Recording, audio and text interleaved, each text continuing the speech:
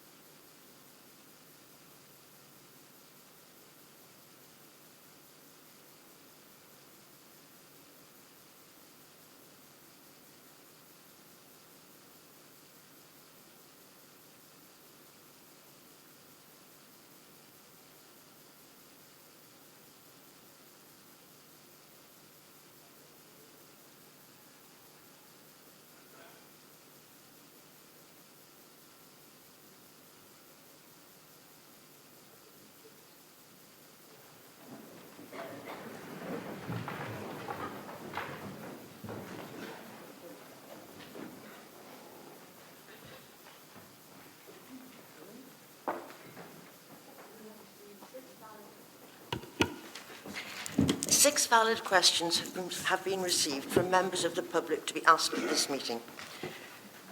Question 1. Is Laura Ziebick in attendance? Would you like to ask your question or taken it as read?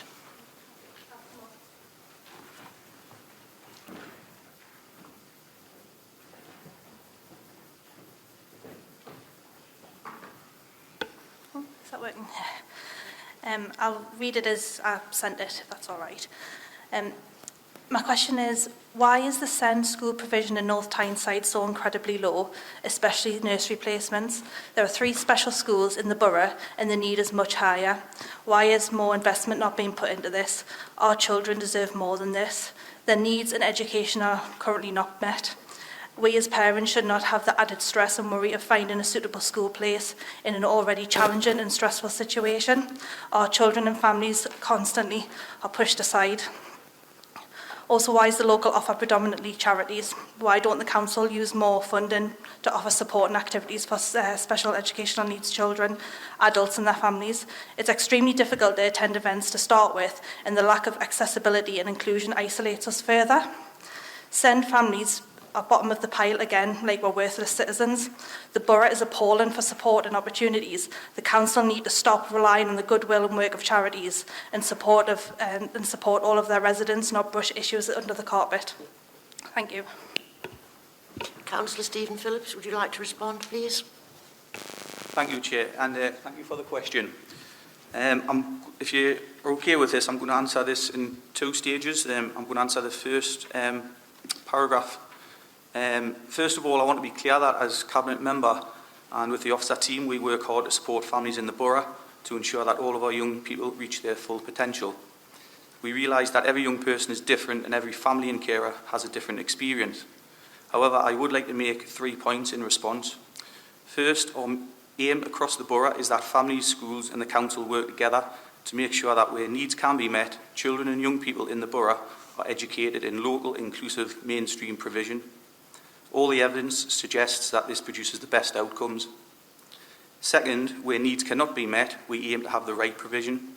And while I understand individual circumstances might be difficult, school provision is not low and investment has gone into this area.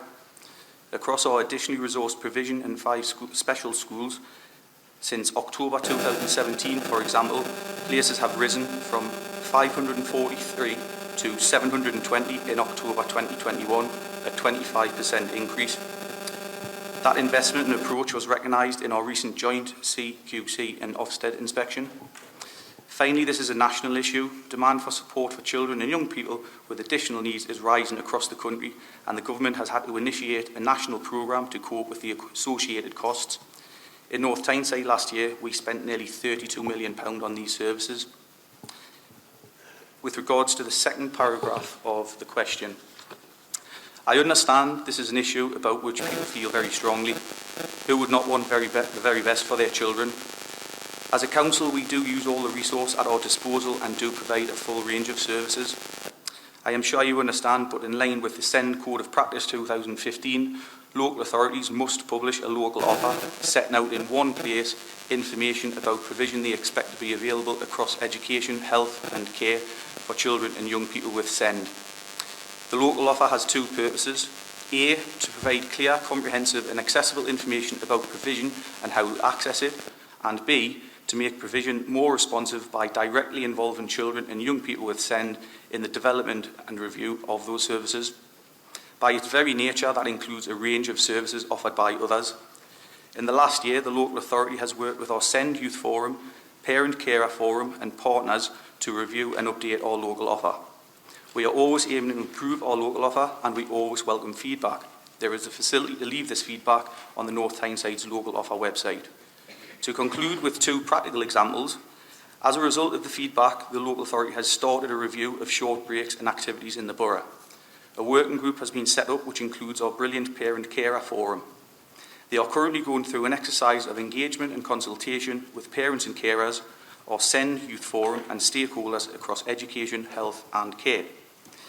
This will tell us what children, young people and their families need in the borough, and we expect to have a new framework of providers and additional services as we head into the spring of 2023.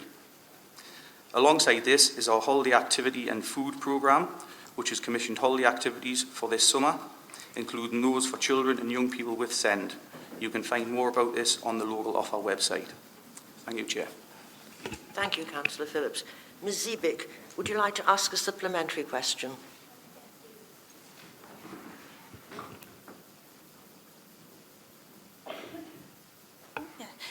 Just mentioning about like specialist schools, a lot of mainstream schools have wraparound care. People who send their children to specialist schools don't have that luxury.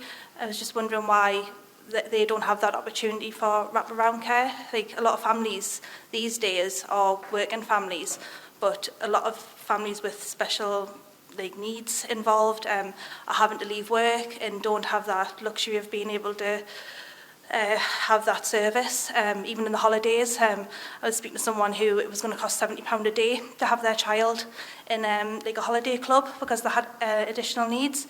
It's not affordable and it's not realistic when we're in 2022. It needs to be addressed really, and we need the same opportunities as other people to be able to work. And if a lot of us are having to give up work, it's just plunging us further into poverty, really. So, yeah, the real question is what would you do about wraparound care for children who are attending specialist schools and for the holidays as well? Thank you. Thank you, Ms Zibik. Councillor Phillips, would you respond, please? Okay, thank you, Chair. Certainly with regard to the holiday stuff, it was mentioned in my answer that some services are available. In terms of wraparound care for the special schools, I can't answer that at the minute, but I can certainly get that as a written answer if that's okay. That's fine, Councillor Phillips.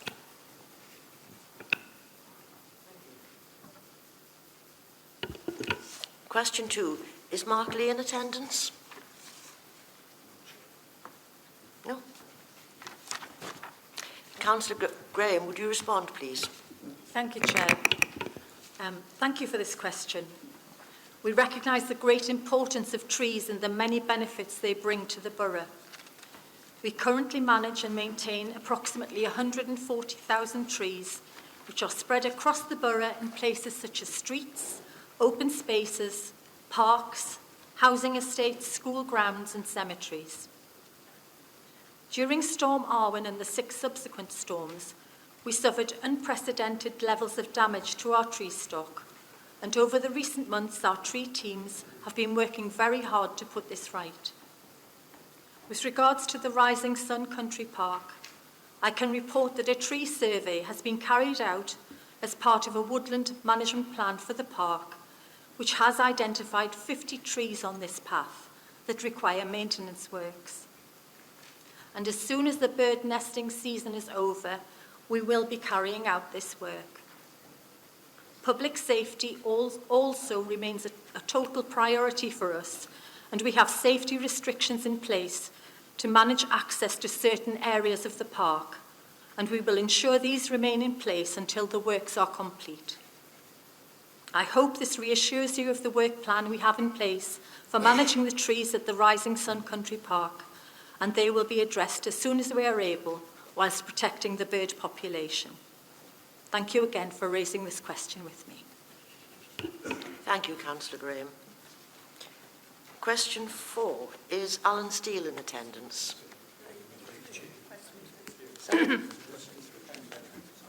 Oh, sorry, I've jumped the gun. Is Penny Remfrey in attendance?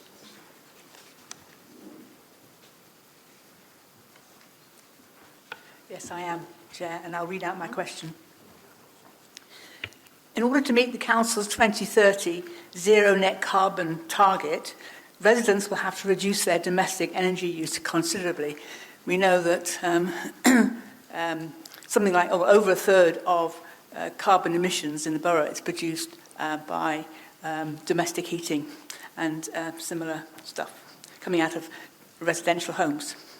So what measures have the Council taken to provide the workforce and other support needed to enable residents to retrofit their homes in order to do this? Thank you, Ms Remfrey. Councillor Graham, would you respond, please? Thank you, Chair.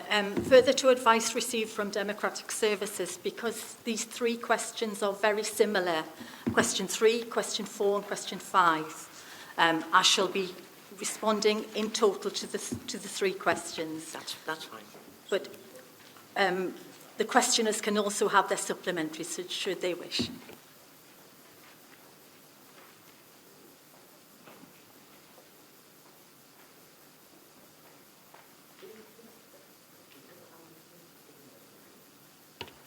Is Ian Appleby in attendance?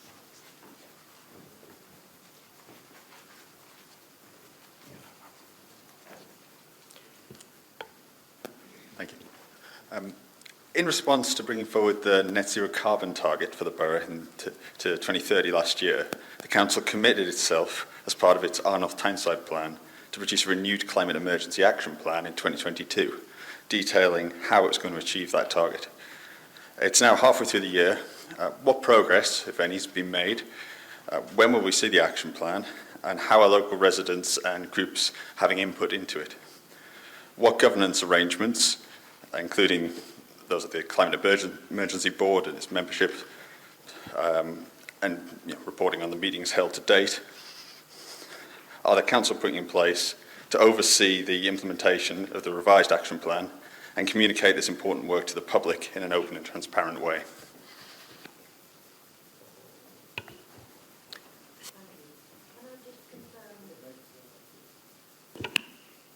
Can I just confirm that Mr Steele isn't here? Yeah, thank you. Councillor Graham, would you respond, please? Thank you, Chair. I'm pleased to receive 3 questions from members of the public on the Council's Carbon Net Zero 2030 policy commitment, something which is of great importance to the Mayor and the Cabinet. The timing of the questions is excellent. I'm delighted to be able to tell you that the Cabinet will receive the Carbon Net Zero 2030 Action Plan at its meeting on Monday, August the 1st, in a couple of weeks' time. And I would like to respond to the questions by explaining how engaging with residents and stakeholders has shaped the development of our action plan, then provide some details of the work we have already done to improve the energy efficiency of housing in the borough and the work we will do going forwards, which is included within our action plan. As a listening council, the Mayor and Cabinet take great pride in engaging with residents and stakeholders in the shaping of our policies and plans. The Carbon Net Zero 2030 Action Plan has been shaped through a range of engagement activities. Our resident survey asked a number of climate-related questions for the first time ever. We also worked with the North of Tyne Combined Authority to run our first ever Citizens' Assembly on climate change. These 2 new climate activities were particularly helpful in shaping our Action on Climate Change behavioural change campaign, which I'm sure you will have seen across the borough in recent weeks. Additionally, they have supported key strategic project development, such as developing the business case for a large-scale housing retrofit programme. The Mayor and Cabinet are committed to listening to our young people in shaping our policies and plans, and we've worked closely with the young Mayor and young people's representatives in shaping the action plan. We have also worked with a number of large employers in the borough to test our plan and to share best practice, particularly through our Call for Evidence Day that we hosted during COP26. I'm pleased to tell you that this event has led to the creation of a borough-wide, outward-facing climate emergency board, which will focus on reducing emissions from the business sector. Further engagement through our residents' magazine, social media channels, and future resident surveys will continue to shape our campaign and action plan. Based on the views expressed during these engagement activities, we have developed our action plan, and it is important that appropriate governance arrangements are in place, and the development of the action plan has been overseen by the Internal Council's Carbon Net Zero 2030 Board, which I chair, and is made up of senior officers from across the organisation. The board meets monthly and has coordinated the development of 150 actions that seek to reduce emissions across a number of key themes, such as travel, waste, the council's portfolio of buildings, vehicles and streetlights, and of course housing. This approach cuts across every aspect of council delivery of services. Over the past 15 years, a range of low-carbon and energy efficiency measures have been installed across our council-owned homes. All cavity walls and lofts have been insulated. The majority of our council homes have high-efficiency condensing boilers and double glazing. 1,500 homes have solar PV. Non-traditional homes have benefited from external wall insulation works, and North Tyneside living homes have all been upgraded to meet Building Research Establishment Environmental Standards, or BREEAM, which is an excellent rating. Because of this work, we are a top performer when compared to the national averages for the energy efficiency rating of our homes. But the work does not stop there. We will see a further 17,000 measures installed through to 2030, spending over £32 million. All new affordable homes built by the council from 2023 will no longer use gas to heat our new built homes, and we will introduce low-carbon alternatives. This is 2 years ahead of the government's Future Home Standard that comes into force from 2025. Our private households have benefited through our innovative North Tyneside Warm Zone partnership, installing energy efficiency measures in over 20,000 homes. The council has also secured £8 million in grant funding to install further energy efficiency and generation measures in around 900 private homes. Through our green skills work, we are looking at how we can invest in a local workforce to ensure we have the right skills to continue to install and maintain new green technologies in homes across the borough. Our residents have asked for more information of how they can reduce their carbon footprint, and our communications plan will continue to provide the information residents need to support on our collective journey to net zero. However, we recognise that this journey is not always affordable to our households, so we will continue to lobby for the financial support they need to retrofit their homes. The Climate Emergency Action Plan will be refreshed annually, and a performance update will be provided to Cabinet each year, detailing key achievements and progress made, and these will be available on the Council website. I'm very proud of the work that has been carried out to date, and I look forward to receiving the ambitious action plan next month at Cabinet. Thank you, Chair. Thank you, Councillor Graham. Ms Renfrey, do you have a supplementary question?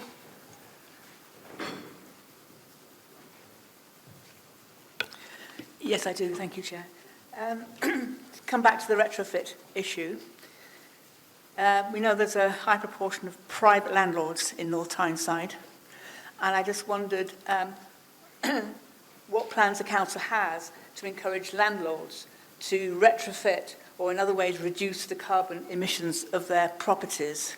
I know that like 10 years ago or 15 years ago, the council made quite a big effort to get private landlords to do some of this work, and I know it's difficult, and I just wonder whether the council is actually beginning to address this problem.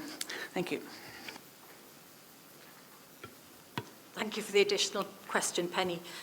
We're hoping that through our climate change, behavioural change website and other information that we're pushing out all over the place, that people will see that there is help for them. We will have a new Climate Hub webpage, which will be a very useful source of information for residents, and will include tips on reducing energy consumption at home, on grants available for home energy systems, and a link to the government-endorsed impartial energy advice service, and some frequently asked questions about how to get solar power and air source heat pumps into homes. And it's going to be very expensive for some people, and it's a real challenge, and we know that more grant funding is needed, and we will be lobbying for that very hard. We do have help through our housing service to push help to private landlords, and we will be advising people of any grants that they could apply for to make homes better and warmer for our residents, because we know it's going to be a very, very tough time for people come this autumn. Thank you, Councillor Graham. Mr Appleby, would you like to ask a supplementary question? Thank you. I'm also very pleased to hear that we're nearly there with the plan, and I'm looking forward to reading it as well. I would like just to ask about the scope of that.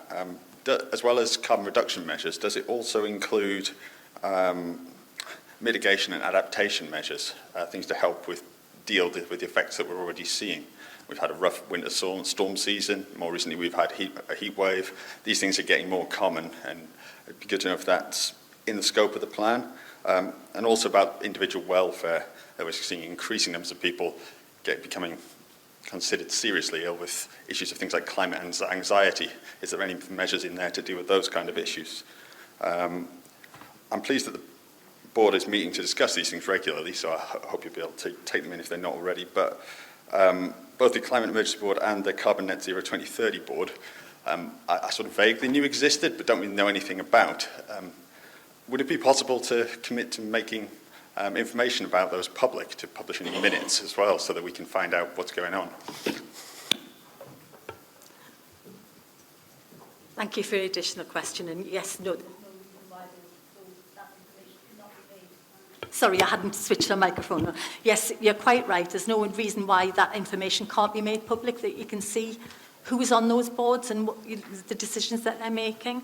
And just climate anxiety, we're hoping that the quite detailed campaign that we have will relieve some anxieties, even though some people have been very anxious these last two very, very hot days. And we're also doing offsetting and insetting and all sorts of calculations. We've also planted 9,000 trees to add to the North East Community Forest to help absorb some carbon. And there are many other measures, which I'm sure you'll read when we get the action plan up on the website after August the 1st. Thank you. Thank you for coming. We now move on to question 6. Is Andrew McArdle here? No. In that case, we will take the question as read. Councillor Phillips, would you respond, please? Thank you, Chair. In terms of plans that the Council have for investment in youth services, we have a developing universal offer for young people across the authority, mainly delivered through community and voluntary sector organisations. Some of the sessions are offered free and some at very low cost, some as low as £2. In addition to these groups, the Early Help Service offers a range of more targeted groups, all of which are free. This includes the Early Help Drug Alcohol Service, providing education sessions in schools and colleges, which are very well attended. They also offer one-to-one work with young people. Early Help staff work jointly with Project Vita, which is a community protection scheme with police, with an aim to reduce antisocial behaviour in the community. The Early Help Drug and Alcohol staff go out with community protection to offer outreach support and engage young people and divert them back into more positive activities, such as discos at the Allen Memorial, roller discos, activities on Amberley Field, boxing coaching and curbside sports, etc. Staff are able to engage positively with young people who may be using drugs and/or alcohol to offer education and harm minimisation. This is generally well received, and the young people can engage with activities and ideas as to how they can support each other to keep each other safe.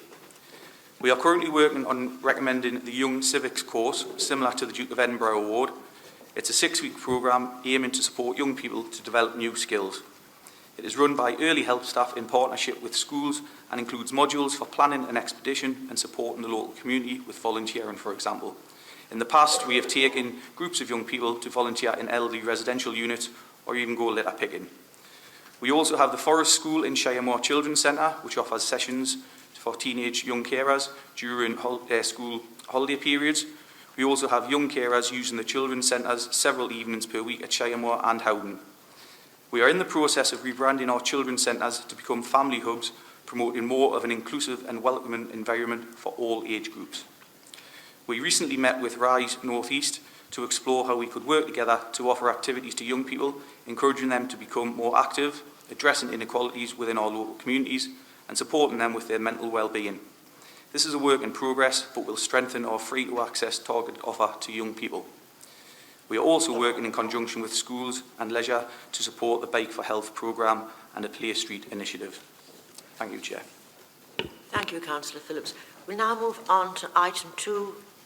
I have received apologies from Councillors Naomi Craven, Gary Bell, Linda Bell, Muriel Green, Margaret Hall, Janet Hunter. I think I saw Tommy come in, did I? Yes. Yeah. Are there any other apologies for absence?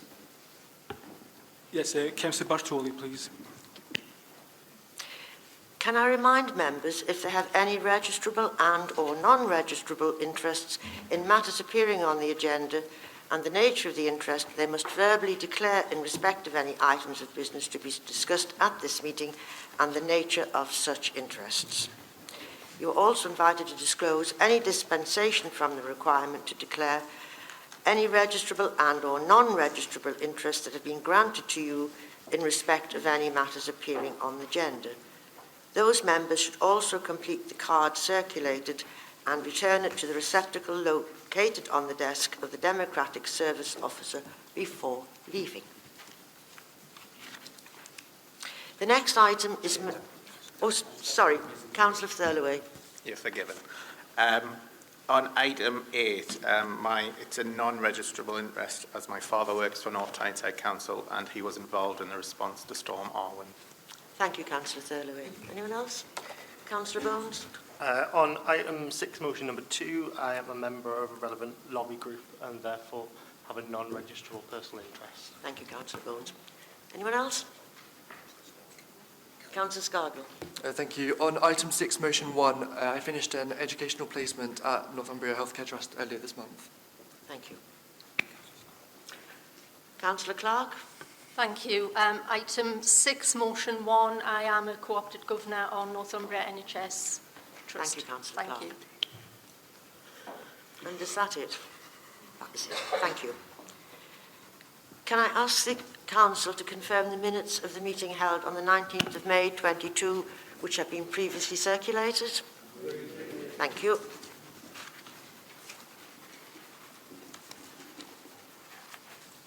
Item 5. Can I ask the Council to receive the return of the councillor elected for the Camperdown ward following the by-election held on the 14th of July 2022 and is attached to the Council agenda? And can I congratulate Councillor Peter Early and welcome back to the Council. What took you so long?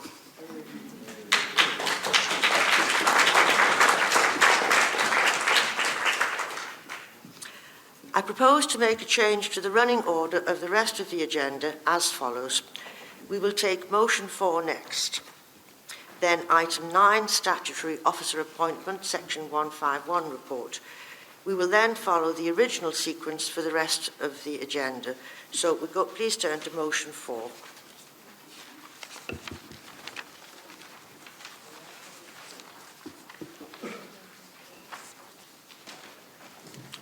Are we all on motion 4? Can I invite Councillor Eddie Dark to move the motion, please? Thank you, Chair. I have pleasure in moving this motion that recognises the contribution that Jim Allen has made to the community of North Tyneside. As you well know, Jim has had to leave the council owing to continuing ill health and family matters. And it's only fitting that we thank Jim for the work that he's done. Jim has a total of 30 years as a councillor, and on all those times had roles as the Deputy Chair of Housing, and that goes back to the 80s, the Deputy Elected Mayor, Leader of the Labour Group, Chair of Overview and Scrutinies, and many other positions. As an advocate of grassroots sport, he campaigned for and was successful in the development of Kilnworth Young People's Sports Club, and in Campdown he was a staunch supporter of both Burridon and Newfoundland junior football clubs. With John Harrison, he was instrumental in bringing the Wallsend Boys club back into North Tyneside. As Deputy Mayor, in his determination to help develop the plans for the regeneration of Whitley Bay and the seafront, he spent a month working from a caravan, consulting with local people. But Jim had a wider vision for our North East coastline as a tourist attraction, and what it should be, and in that it should be linked together. In West, how he would overcome the crossing of the Tyne, his answer was simply by a monorail. We never let him forget that, and he still gets some ribbing for that today. Jim, during his time as councillor, was available to residents for taking up numerous residents' concerns. He was a popular character with residents, and this was borne out in the Camperdown by-election, when many of them asked us to pass on their best wishes to him. Jim will be greatly missed by community groups, fellow councillors and council officers. We wish him well for the future and hope his health and that of his family improve, especially his youngest grandson who has serious health concerns. Thank you. Thank you, Councillor Dark. Councillor Early, do you wish to second the motion? Thank you, Chair. I would like to second the motion to speak to it. Former Councillor Jim Allen was a dedicated councillor and a servant of the people of North Tyneside, and latterly in particular the residents of Camperdown Ward. As the motion notes, Jim served this authority and its residents for over 30 years, including in the important roles as Deputy Mayor and Leader of the Labour Group when in opposition, which shows the high esteem in which he was held by his colleagues and former colleagues in the Labour Group and the local Labour Party generally. Although I am pleased to have returned to the Council, I regret that the opportunity to do so came about because of Jim's inability to continue for reasons of ill health. However, as Councillor Dark says, it is worthy of note that when I was campaigning in the recent by-election in Camperdown Ward, numerous residents I spoke to said how saddened they were by Jim's having to stand down, and to pass on their best wishes to him and to thank him for all the work he had done on their behalf as a councillor in the ward. Personally, as a new councillor for the first time in 2014, I recall that Jim was always happy to provide help and advice and give the benefit of his many years' experience as a councillor. Perhaps nothing speaks to Jim's character and his dedication to the cause of Labour in North Tyneside more than the fact that he took the time to email me shortly before polling day in the by-election to offer me his best wishes for my success and as a future Camperdown councillor. I would like to offer my personal best wishes to Jim and his family for his and their future health and happiness. Thank you. Thank you, Councillor Early. I now invite members to speak to the motion. Councillor Westwater. Yeah, I first met Jim in 2006 when I was actually campaigning in Wheatslade Ward. I was in Dudley in Meadowbank, and across the pathway was the Winding, which is part of Anetsford, and it was like something from the High Chaparral. It was just like, get your hands ready on your holsters, ready for your gun. Then Jim surprisingly came along with June to my election count in May 2006, which was held at the time in the Dudley's People's Centre. Jim was a bit aggrieved that I actually won that election in 2006, and I was a Conservative councillor in the Wheatslade Ward. Jim and I obviously had certain discussions. We had different opinions, and that was obviously evident when we used to go to the old area forums at the John Willie Sam Centre or at Burridon Primary School, but he was always civil to me. And I was so sorry to hear that Jim has been ill, and please accept my very best wishes for a complete and speedy recovery. Thank you. Thank you, Councillor Westwater. Anyone else? Councillor Harrison. Thanks, Chair. Can I say that I fully support the motion, and in doing so, I think it's important that we also acknowledge the work Jim did as Deputy Mayor. With his support, along with the then Labour Cabinet and the Labour group of councillors, we took the middle-of-the-road two-star council to become a rapidly rising three-star council. We stabilised the council finances and had at the time over £40 million worth of reserves, the largest at its time. We also retained our council housing stock to in-house and ensured that we met the decent home standard, stopped the sale of Linskill, at the time a very controversial thing, introduced the free meals for our primary age children, commonly known as the Breakfast Club, introduced the young mayor and cabinet into North Tyneside, built new play sites across the borough and regenerated Whitley Bay Playhouse, expanded Sure Start schemes across the borough, regenerated and built new leisure centres and swimming pools across all of North Tyneside. As you can see, not the work of a lazy man, but that of someone who was working hard to help make North Tyneside a better place for us all to live, work and play. And it saddens me to hear some of the comments directed towards him in his illness. Bitter words said by sad people taking our mutual respect for each other to a new low. I wish Jim and his family well for the future and hope his health improves. Thank you, Chair. Thank you, Councillor Harrison.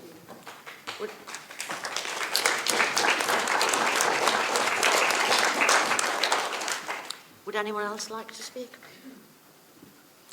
Can I invite Councillor Dock to exercise the right of reply? The vote, please. Sorry? Vote. We now go to the vote. Those in favour?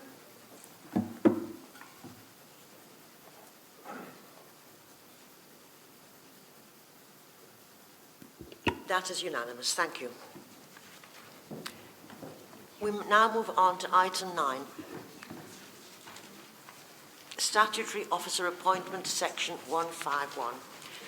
Can I ask Councillor Martin Rankin to move the report? Thank you, Chair.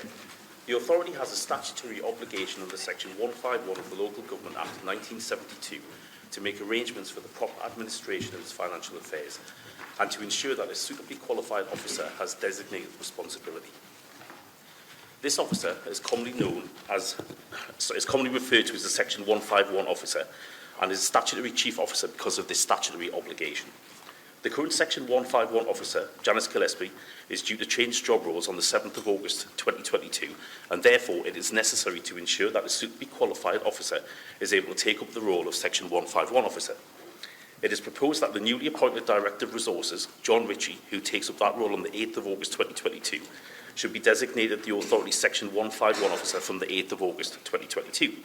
He is qualified to be given that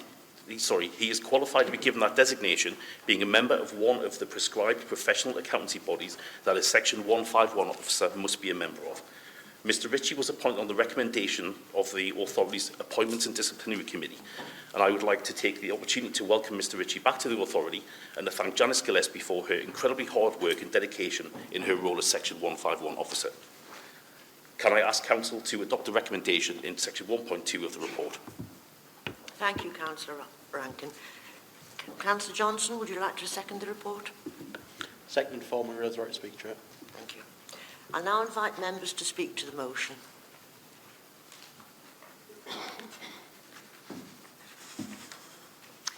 We'll now go to the vote. Those in favour? Those against?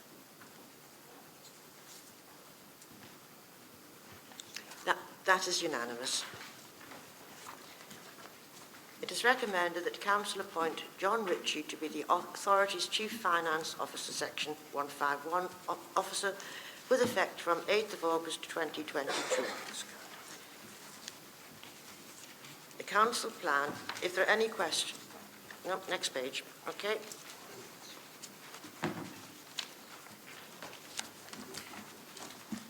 ask whether they want to speak. Would anyone like to speak? One. The Janice one. It was statutory officer appointment. I'm going to slide Janice in there.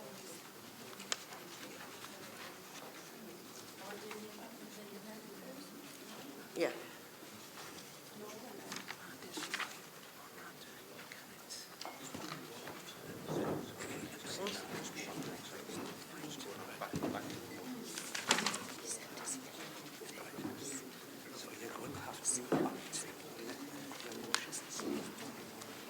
Yep.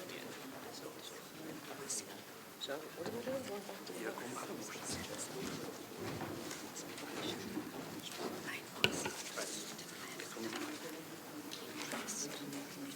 Item 6. Right. You want to take the motion. You want to take the motion.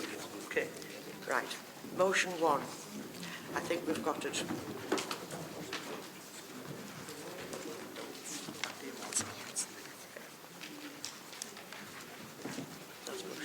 Thank you. Motion 1, signed by Councillor Matthew Thurloway, Carl Johnson and Julie Curtis. Can I invite Councillor Martin Rankin to move the motion, please? Thank you, Chair. Before you start, I missed before. It's my fault. I need to declare an interest in this motion as a public governor on Northumbria NHS Foundation. Thank you, Councillor Harris. Sorry. Can I invite Councillor Martin Rankin to move the motion, please? Thank you, Chair. The government clapped for NHS hospital staff in the teeth of the pandemic, but now are failing to support them when it really matters. Over the last 2 years, NHS staff have been at the forefront in the front line of COVID response and are now working to catch up on the backlog of waiting lists. Pre-pandemic, staff were being clobbered for almost £100 million a year in car parking charges. The decision to rescind the free car parking for NHS staff in April of this year by the government was done when the cost of living crisis was becoming clearer and clearer. Disgraced Prime Minister Boris Johnson may well have told journalists last October that he wasn't worried about inflation, but by April of this year it was predicted to go to 7%. It is now with 10% as the government's economic plans unravel. Figures from the GMB Union estimate that it costs, on average, up to £1,300 a year for hospital staff to park at their place of work. It is unjust to expect NHS staff to have to pay to carry out their vocation of caring for the sick. I call on the Chamber to support this motion. Thank you.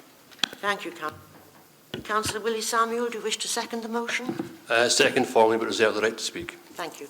I'll now invite members to speak to the motion. Councillor Walker. Thank you, Chair. I agree wholeheartedly with supporting this motion because of the disgraceful act of escalating charges for parking for NHS staff at the time of the rising cost of living crisis that we're all facing. I do believe also that these charges should be prevented from occurring, that they should be removed for NHS staff who are some of the lowest paid across the country, and I wholeheartedly support this motion. Thank you, Councillor Walker. Is there anyone else? Councillor Wallace. Thank you, Chairman. I do understand the argument that hospital staff should get free parking, and I do have sympathy with that. But I believe this motion is misdirected. My understanding is that the premises are under the control of the local healthcare trust, and that therefore this motion ought to be directed to them, in my view. Thank you. Thank you, Councillor Wallace. Is there anyone else? Councillor Rankin, would you like to exercise the right to reply? Just simply say to Councillor Wallace that the funding for the temporary free parking for staff was actually came from central government, and so I fully believe that, given the fact that they're writing off £4.5 billion in fake furlough money, etc., that I think that they can find the £90 million a year that's needed to actually take this burden away from NHS staff, and it shouldn't come from the trust themselves, who also are struggling at the moment funding-wise, and did get a 7% real terms cut in February in the spending review. Thank you, Councillor Rankin. We'll now go to the vote. Those in favour?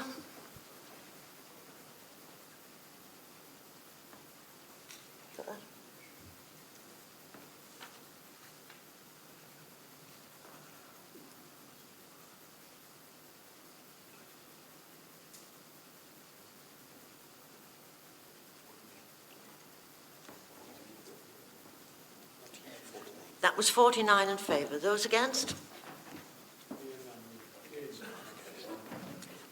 That is 1 against. The motion is carried.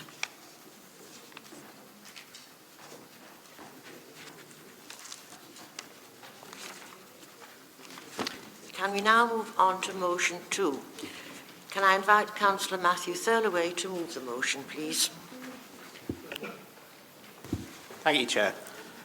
Young LGBT people are twice as likely to feel lonely as their peers. Young LGBT people are twice as likely to have depression, anxiety and panic attacks. Young LGBT people are twice as likely to have been bullied at school.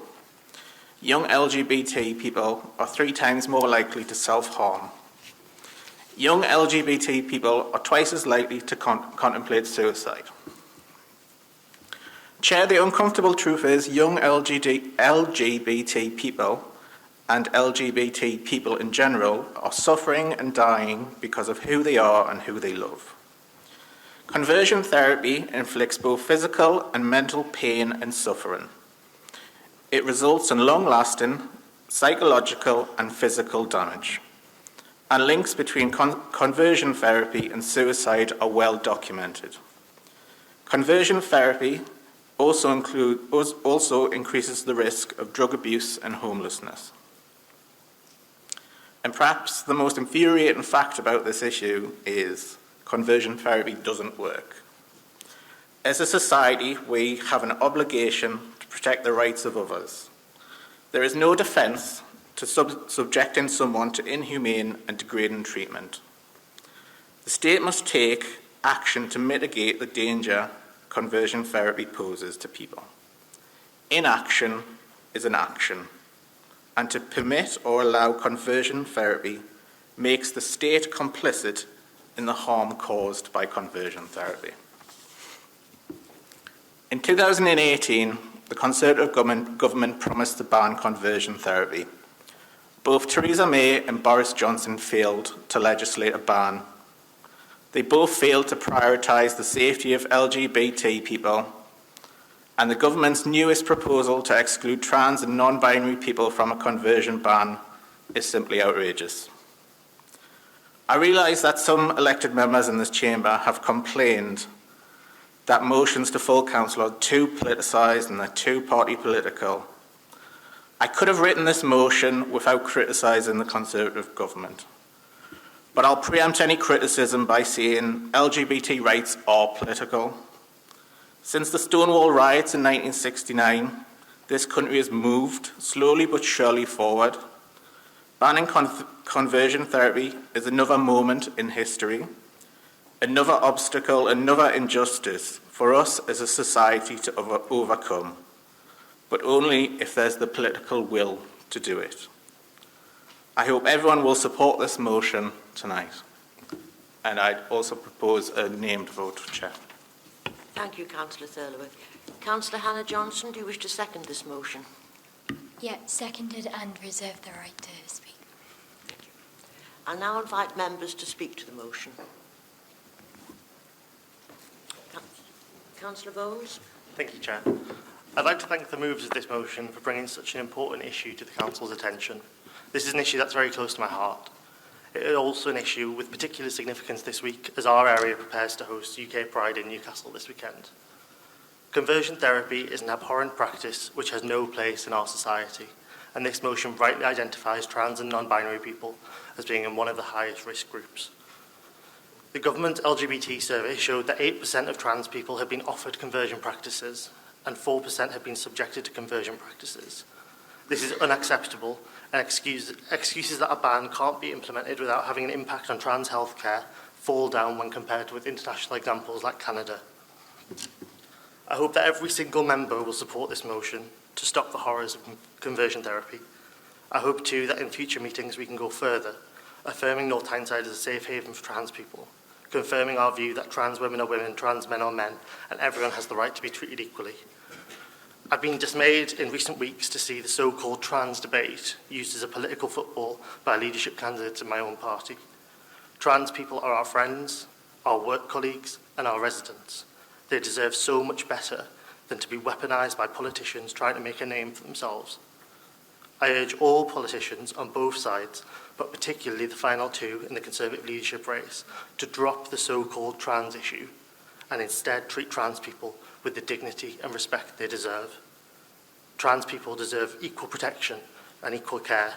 Trans people deserve so much better than this. I'm very glad to be supporting this motion. Thank you, Councillor Bones. Would anyone else like to speak? Councillor Wallace. Thank you, Chairman. Chairman, this is a very sensitive and extremely complex subject. I'm afraid I don't feel qualified to comment upon it, and I suspect that few members of the Chamber will believe that they have adequate knowledge to do so either. Accordingly, I will be abstaining. Thank you, Councillor Wallace. No one else? Can I invite the mover of the motion to exercise the right of reply, please? Councillor Thirlaway. Thank you, Chair. I'd just like to thank Councillor Bones for what he said, and I fully support everything he said in his statement.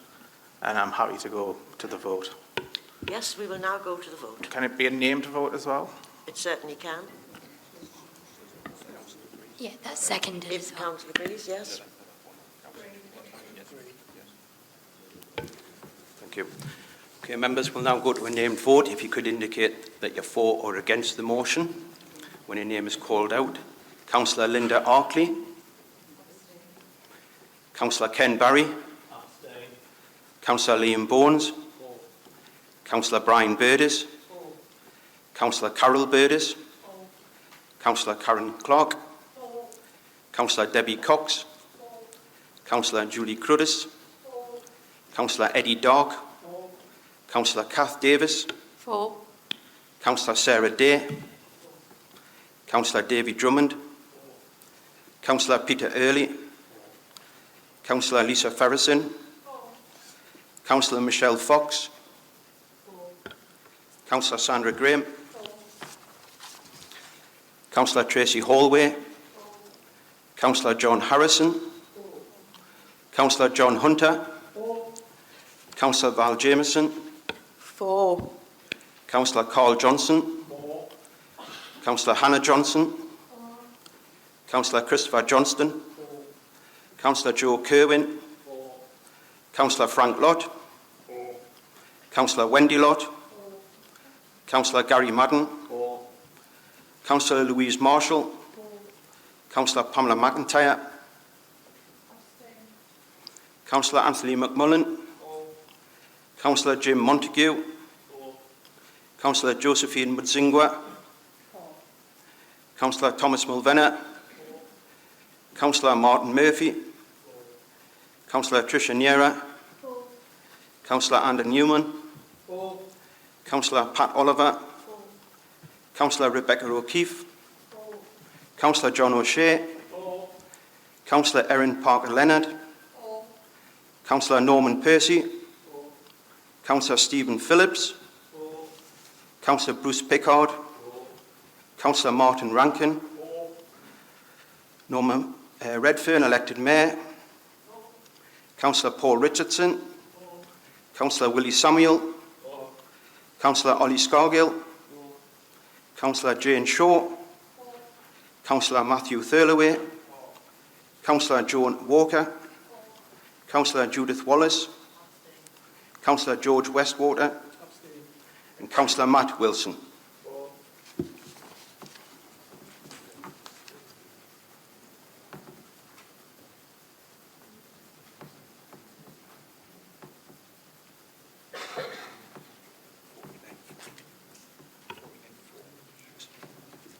"49 votes for the motion, 5 abstentions,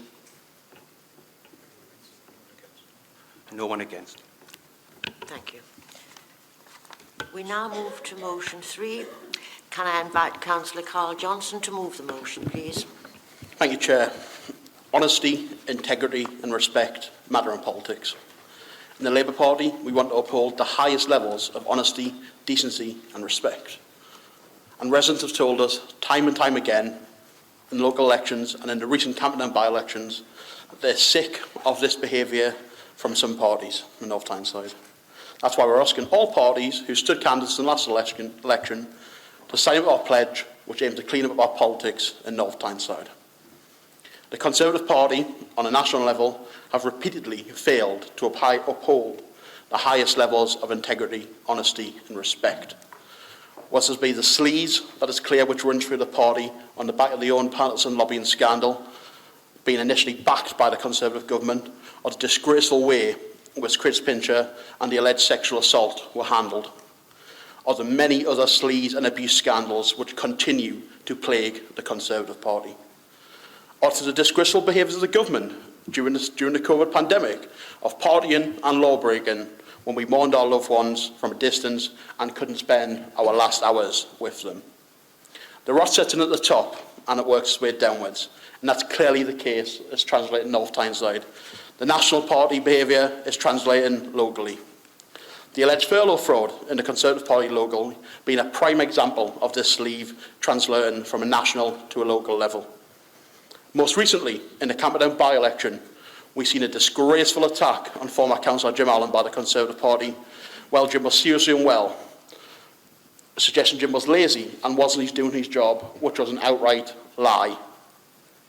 This lie first came from the so-called North Tyneside Gazette, much like North Shields Life and Cullercoats Life, which are websites and social media accounts and leaflets used by the Conservative Party candidates to deceive local residents into believing they are legitimate news outlets. We've seen this time and time again from the Conservative Party. Election leaflets that are not shown where they're from, failing to put your proper political name in an imprint. Postal votes returned suspiciously to local Conservative Party headquarters. Social media accounts that are quite clearly party political, no sign of it being from them. A complete failure to treat other candidates with respect. Impersonating other political parties on election leaflets. We all seen the disgraceful news reports from the Green Party leaflets that the Conservative Party sent out in an attempt to deceive voters. And they've continually failed to uphold the highest standards of respect and integrity the public expect from us. The local Conservatives have been disgraceful in behaviour, dishonest, deceiving and lying to the public. North Tyneside residents deserve better. Thank you, Chair. Thank you, Councillor Johnson. Councillor Newman, would you like to second this motion? I would, Chair. Thank you very much, and I'll speak now, if that's okay. That is absolutely fine. I'm honoured to be seconding such an important motion, but we also need to consider that fake news is becoming a global problem. Google, for example, has invested millions of dollars into tackling fake news.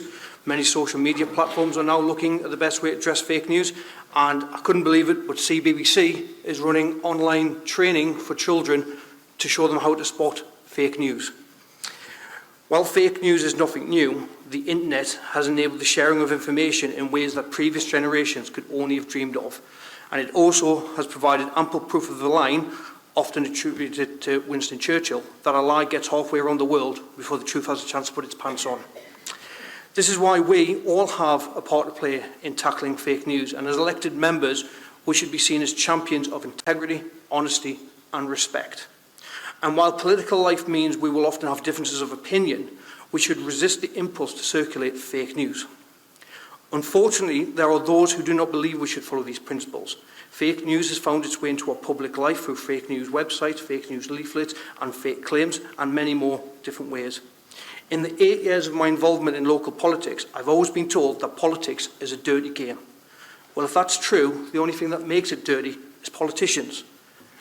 Now, I have a leaflet here, handed out at the last Camperdown by-election. And whilst I could go through this whole leaflet, bringing out all the claims and finding fault of it, there's one very specific one I want to bring out, and that's right at the bottom of this leaflet. At the very bottom, there is a photoshopped picture of our elected mayor. Let's think about this for a second. There is a photoshopped picture of our elected mayor. Somebody has gone to the trouble of cutting her face out and sticking it onto the back of somebody else who's getting out of a limousine with a claim about the mayor refusing to get rid of her chauffeur-driven car. Well, first off, we've already proved that the mayor does not have a chauffeur-driven car. But the picture and the image used to try and justify that claim is a fake image. It's a fake picture. And that is absolutely disgraceful. Now, could you imagine if somebody on this side of the chamber photoshopped a picture of Boris Johnson in order to try and create an embarrassing story for the Conservatives? Although I will say that I don't think we'll need any help in creating embarrassing stories, because Boris Johnson seems very capable of doing that on his own.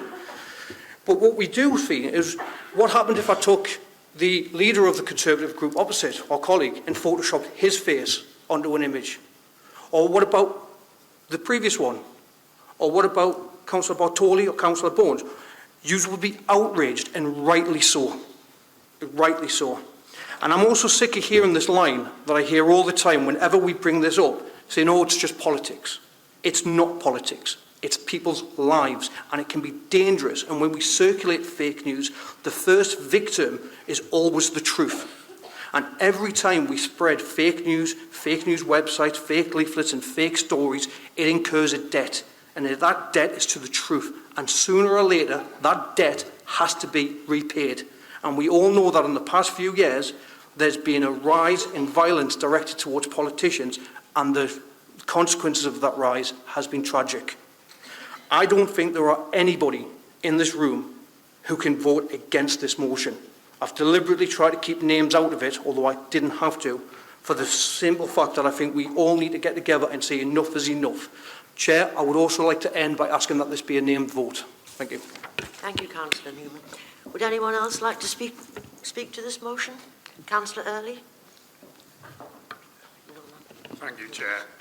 Since I think it's relevant to this debate, I would like to begin by thanking the party opposite for the level of concern they expressed in their campaign literature during the recent Camperdown by-election with regard to the limited modes of transport available to me on my journey to being elected.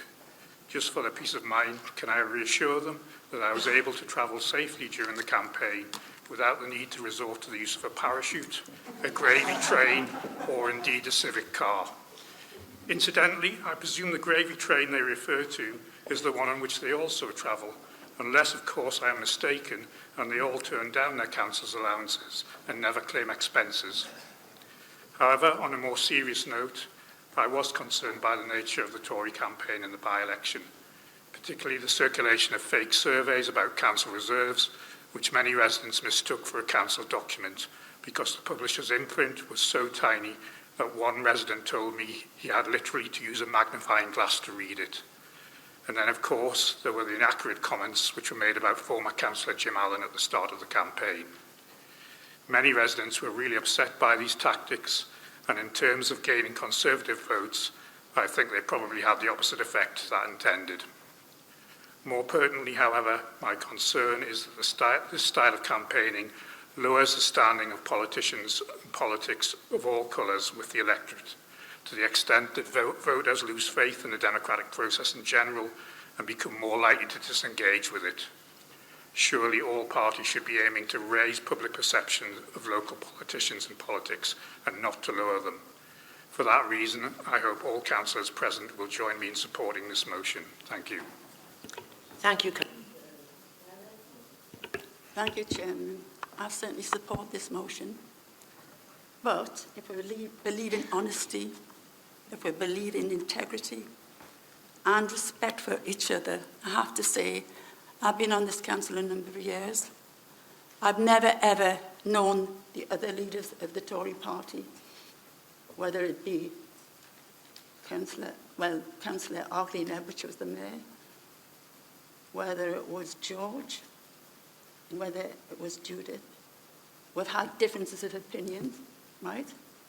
We haven't agreed, we've had some nasty words, battles said, but I've never known those people sink so low that what the people, new members in this council have sunk to. It's just absolutely appalling. I can't believe young people, brilliant, clever young people who have a future ahead of them, sink to that level and show people what you're really made of. How dreadful, how dreadful. What you've done to yourselves has actually showed everyone just what you're made of. And what future lies ahead of you after you've done all this, I just don't know. But I have to say, honesty and integrity and respect. Yes, I've disagreed with many of you, know that. but never, never ever have experienced what's gone on of late. Thank you so much. Thank you, Mayor Redfern. Councillor Wallace? Thank you, Chairman. I absolutely agree that honesty, integrity and respect matter in politics. I would hope that we would all agree with that. I do, however, take issue with some of the mover's very sweeping comments when he introduced this motion. He alleged that in our party there has been a complete failure to treat other candidates with respect. And I would like to make it clear that I believe that I and many of my colleagues have always treated other candidates with respect. Furthermore, there was an allegation that in our party we have been dishonest, well indeed tarring us all with the same brush of being dishonest or lying to the public. I feel that these comments are really too sweeping. I personally would like to assure the Chamber that I have never been dishonest or lied to the public, and I hope that people will accept that assurance.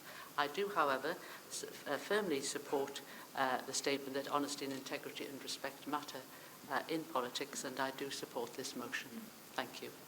Thank you, Councillor Wallace.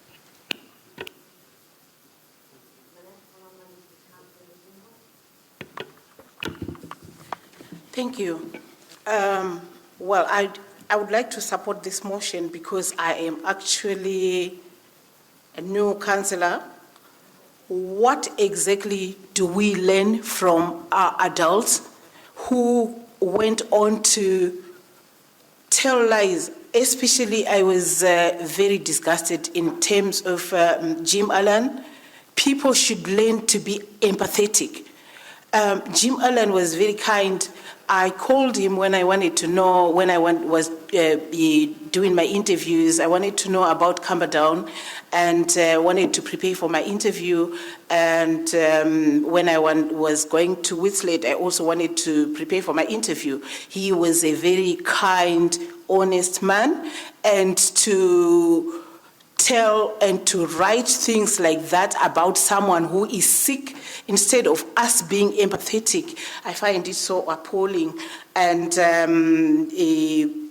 of course, honesty, integrity and respect. Why do people put themselves forward to become councillors?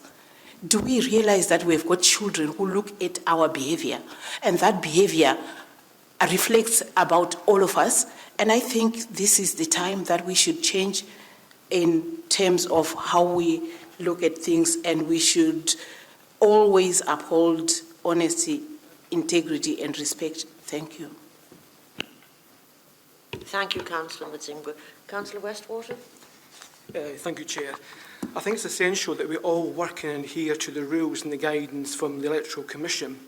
But it's important to note as well that I'm not condoning that leaflet whatsoever, but the fact that it's always a two-way streak. Recently, it may be attacking your own councillor or your election in Camperdown, but in previous elections, you've got to understand that the Labour Party weren't so very nice to me directly. And I'll give you a few examples.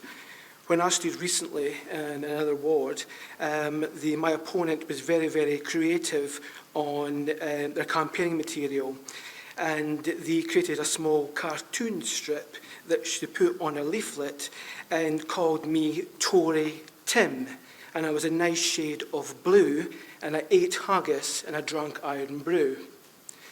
I let that one go past. I thought it was a bit outrage. Then another leaflet suddenly turned up, and in the middle of the leaflet was a nice picture of Hong Kong. Now, why would Hong Kong be shown on a political leaflet in North Tyneside?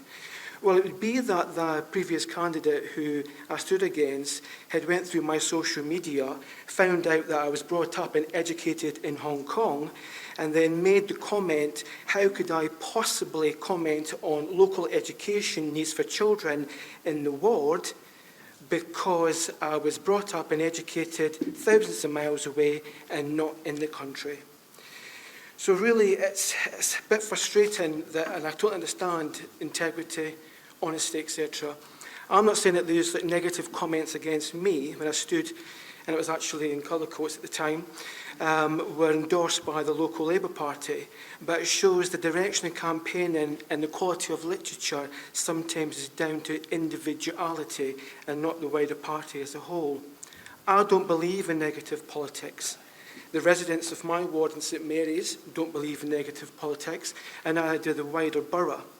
And they tell me on the doorstep, I will always fight on the doorstep for my work and my hard sheer work that myself and my ward colleagues do in the wards. And I'm happy to campaign on that record.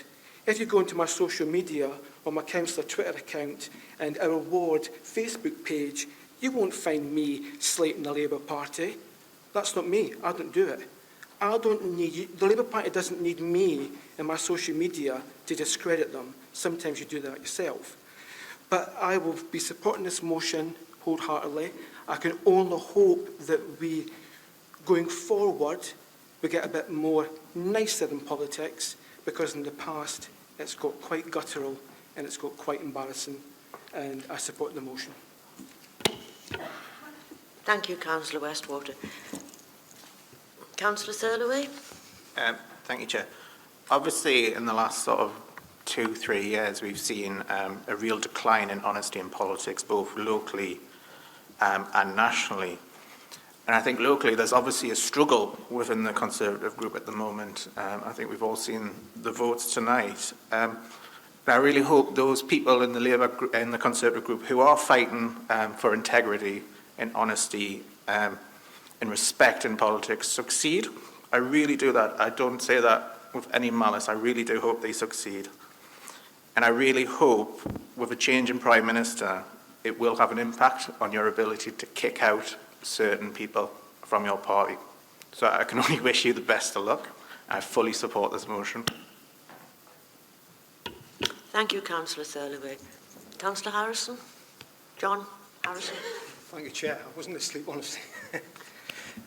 Chair, we all know that politics lately is not necessarily the best of things out there. And if you take the Camperdown election, for example, there's only 19% turnout actually turned out. And you might want to argue to yourself, well, how representative is that of local people? But they've had an opportunity to do it. But it does say something to it, doesn't it? Because if we're going to win the faith and the trust back from local people, then we all know that what we must do, we must not only just listen to them, but we must also deliver for them. But it's a little bit more than that, isn't it? It's a little bit more than just that. It's how we treat each other and speak to each other. You know, not only in a newsletter, how we do it in this chamber or the new social media or whatever we use out there. It's how we treat each other. You know, and we have a responsibility for that because we've all signed up for that and we become councillors. And the other responsibility that we have is this. We're the leading citizens in North Tyneside. People look at us as examples, and good examples we need to be to see how we will see North Tyneside deliver. The Mayor talks about building a better North Tyneside, and not just for one party or another party, but for all the people in North Tyneside. And if we're going to do that, we've got to be the positive role examples for those good people out there in North Tyneside. I notice on the agenda we have a few questions talking about antisocial behaviour and about the rise in North Tyneside. I think would be a good example, and in this chamber tonight, and we could show the way if we were to stop it in this chamber tonight, that antisocial behaviour, which you can say, the abuse that we say to each other, whether it's a newsletter or whether it's a verbal abuse.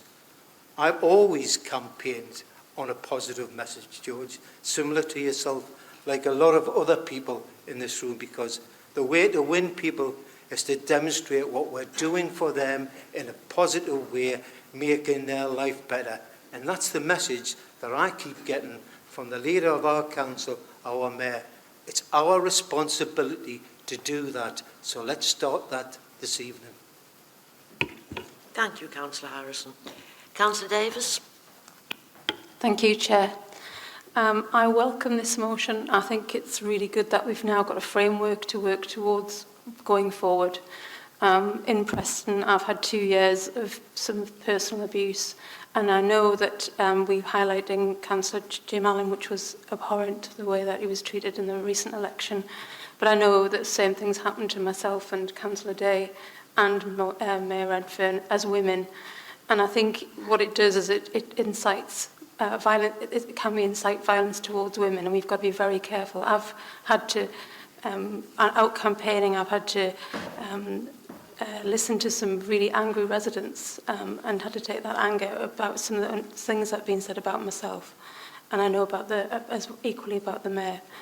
And I think we just need to draw a line under this, treat each other with respect, follow these guidelines and move forward. And I really do hope that this gets cross-party support and that we take each election and look at the positive campaigning and really say what we're going to do for residents rather than making personal attacks. Thank you. Thank you, Councillor Davis. Councillor Samuel. Thank you, Chair. First of all, I wanted to assure Councillor Westwater that I see nothing wrong whatsoever as a councillor enjoying haggis in Ireland Brew as a Colour Coast representative, and I can assure you I made my views clear on that particular matter at the time. As I say, I took objection to that particular thing. But the issue of this motion has been brought forward, and I've got a couple of examples here. One of the things that went out of the election was North Tideside Council tax consultation, designed to look like an official council publication, a consultation from the council at the level of council tax, completely inaccurate information along the 2.9% council tax, which both parties proposed in the budget, forgotten about, erroneous figures about reserves, and a completely farcical figure on annual increase. Clearly from the Conservatives, in the very small print as mentioned in the motion, it talks about NT's North Tyneside Council Tax Federation, which isn't nearly apparent to the average reader that is actually from the Conservatives. And then the other prime example of that was Green News, which purported to be from the Green Party, as we're all aware, and the intention of that. And it said during the election campaign that what it was asking, it said that we know there's going to be a Labour council anyway, directed at Labour voters, so you can vote Green with complete impunity because you don't fear that a Tory will get in here. Proposed by a Conservative leaflet. It's dishonest.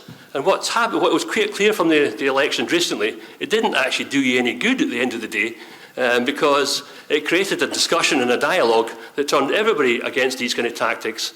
It worked. It meant that we had to go on the air and in public and repudiate them as well, or talk against it. And effectively, what it does is it just devalues in the mind of the public all kind of politics. They decide, as you'll often hear people say all the time, they're all the same. They're all in it for themselves, and that's the sort of thing that all of us should be working against. Because I think most councillors that come into this authority come with different points of view, but they come here with the pure intention of actually doing some good for the residents and actually making some changes that they want to see. Proposing continue to put this notion every time there's an election, this person only visits the ward during election time, they're only in it for themselves, etc. None of us should be putting that forward because it does none of us any good at the end of the day. And I hope that the terms of this motion we can move forward and actually put it behind us and start behaving with a little bit more integrity in future elections. Thank you. Thank you, Councillor Samuel. Councillor Parker-Leonard. Thank you, Chair. When you become a councillor or a politician, you put yourself in the public realm to stand up for what you believe in. Jo Cox, we know what happened to Jo Cox, and she was killed because she was a passionate defender of the European Union and immigration. What happened to her was terrible, and what happened to her happened without the addition of fake news or photoshopped pictures. Thank you, Councillor Parker-Leonard. Councillor Mulvanna. It's a very interesting debate this evening.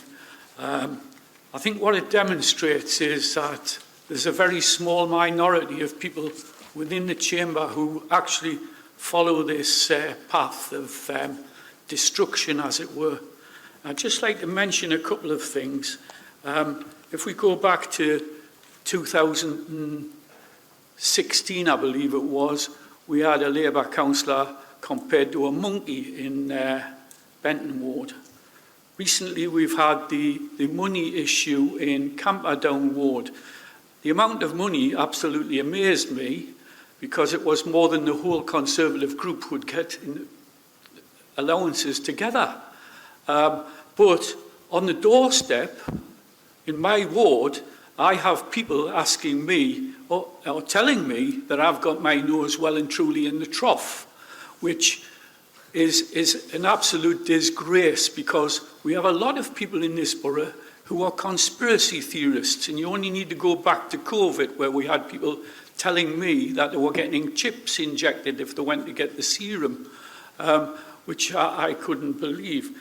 But the question which I've really got to ask about this is the people who've actually sent out these surveys and that sort of thing, have they asked themselves the question, not only about their own standards, because my father would have actually called them scum, you know, but the information that they've been collating, are they in breach of the Data Protection Act? Have they actually thought about that?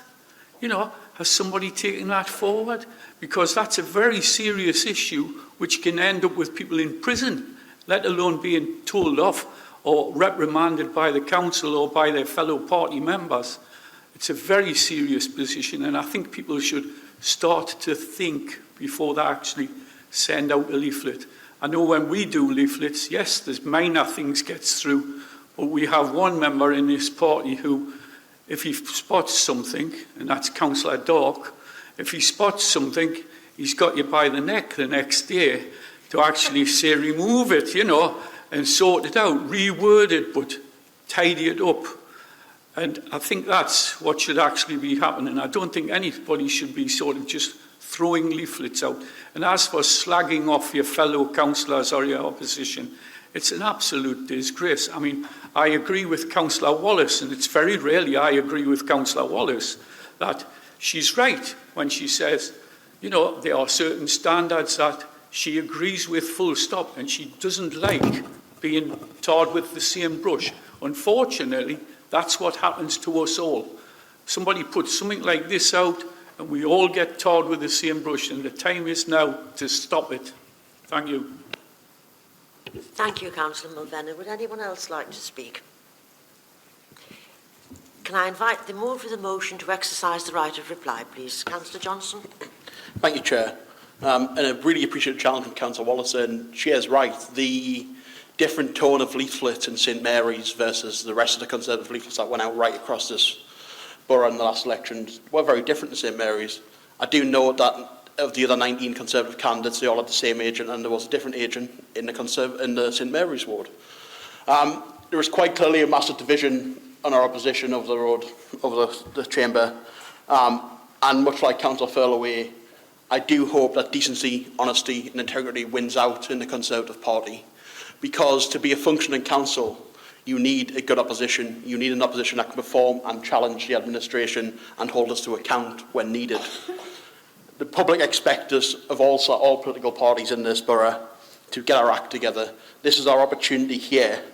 And I deliberately wrote this motion without referring to any parties, without referring to any names, without referring to anyone, to try and genuinely improve the standards of politics in North Tyneside, because the residents are sick. So I would urge all people, all councillors in this chamber, to vote for this motion, and let's clean up our politics in North Tyneside. Can we name vote, please, Chair? If everyone's in agreement and with the named vote? Agreed. Thank you. We'll now go to the vote. Those in favour of the motion? Oh.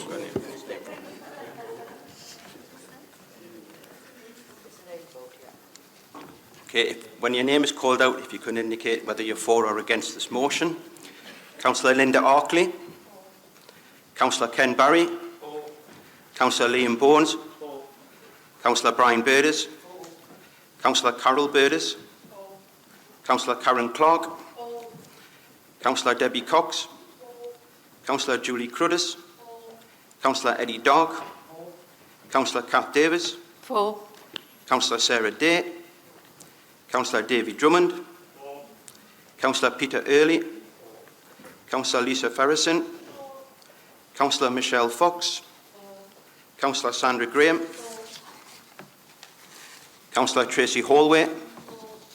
Councillor John Harrison, Councillor John Hunter, Councillor Val Jameson, Councillor Carl Johnson, Councillor Hannah Johnson, Councillor Christopher Johnston, Councillor Joe Kerwin, Councillor Frank Lott, Councillor Wendy Lott, Councillor Gary Madden, Councillor Louise Marshall, Councillor Pamela McIntyre, Councillor Anthony McMullen, Councillor Jim Montague, Councillor Josephine Mudzingwa, Councillor Thomas Mulvenna, Councillor Martin Murphy, Councillor Tricia Niera, Councillor Andy Newman, Councillor Pat Oliver, Councillor Rebecca O'Keefe, Councillor John O'Shea, Councillor Erin Parker-Leonard, Councillor Norman Percy,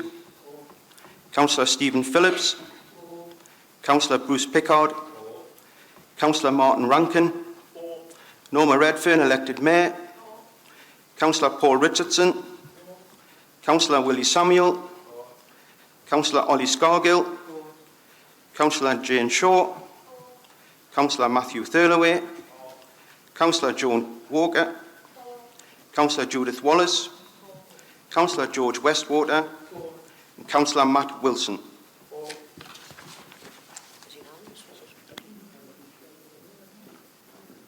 That was unanimous vote. Thank you. We'll now move to motion 5. Can I invite Councillor Ollie Scargill to move the motion, please?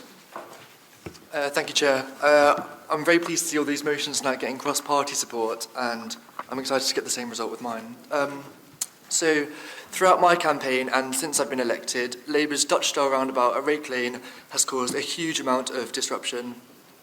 Residents have said time and time again that this money should have been spent elsewhere. The Labour response to this has been desperate and dismissive of the huge amount of money wasted on the scheme.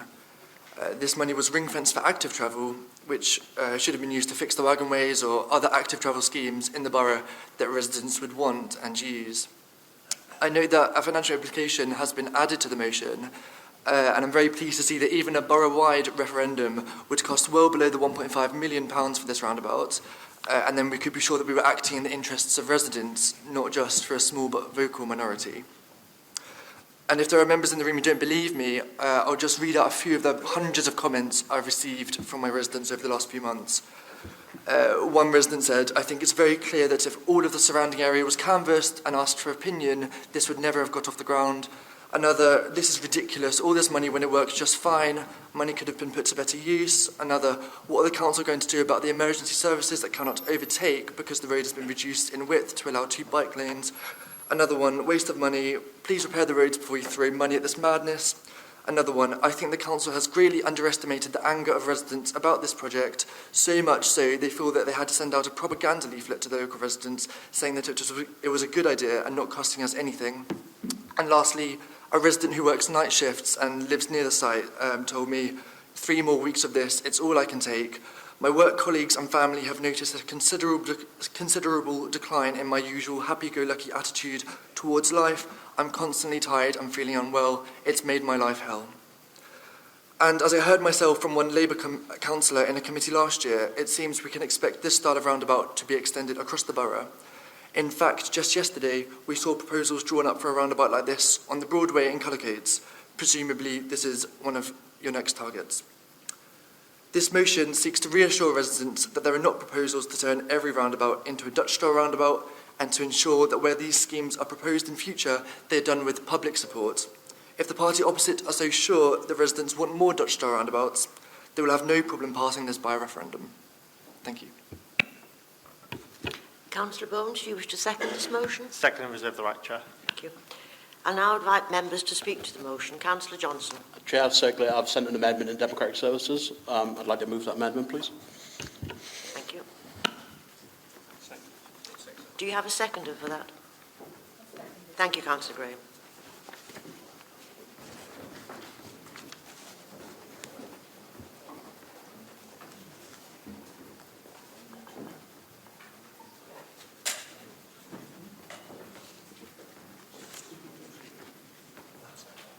We've had that one.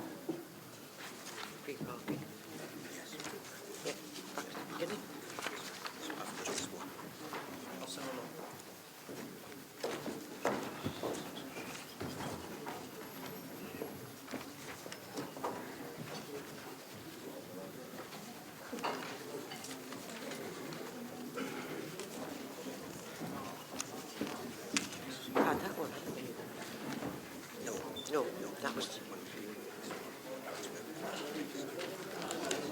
Yeah, I'll get this one out of the way and then... And we've done that one. Yeah.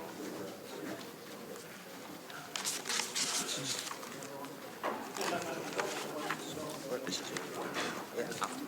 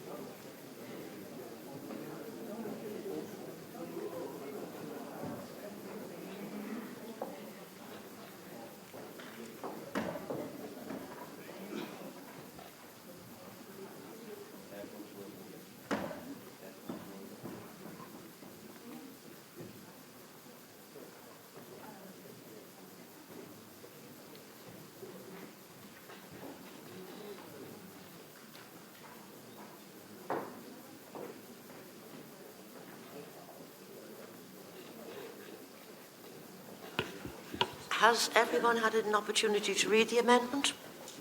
Thank you. I'll now invite members to speak to the amendment. Councillor Johnson. Thank you, Chair.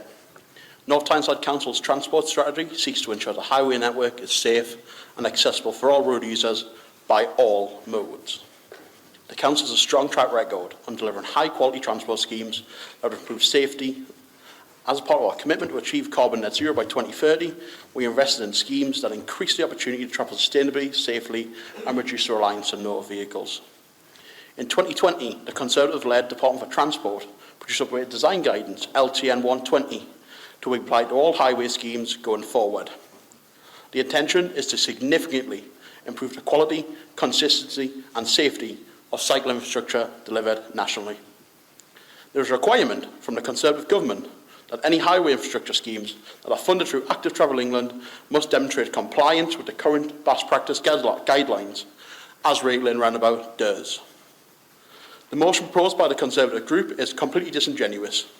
They know as well as we do that any money, that what we do with the money, they say that can be used for any active travel intervention.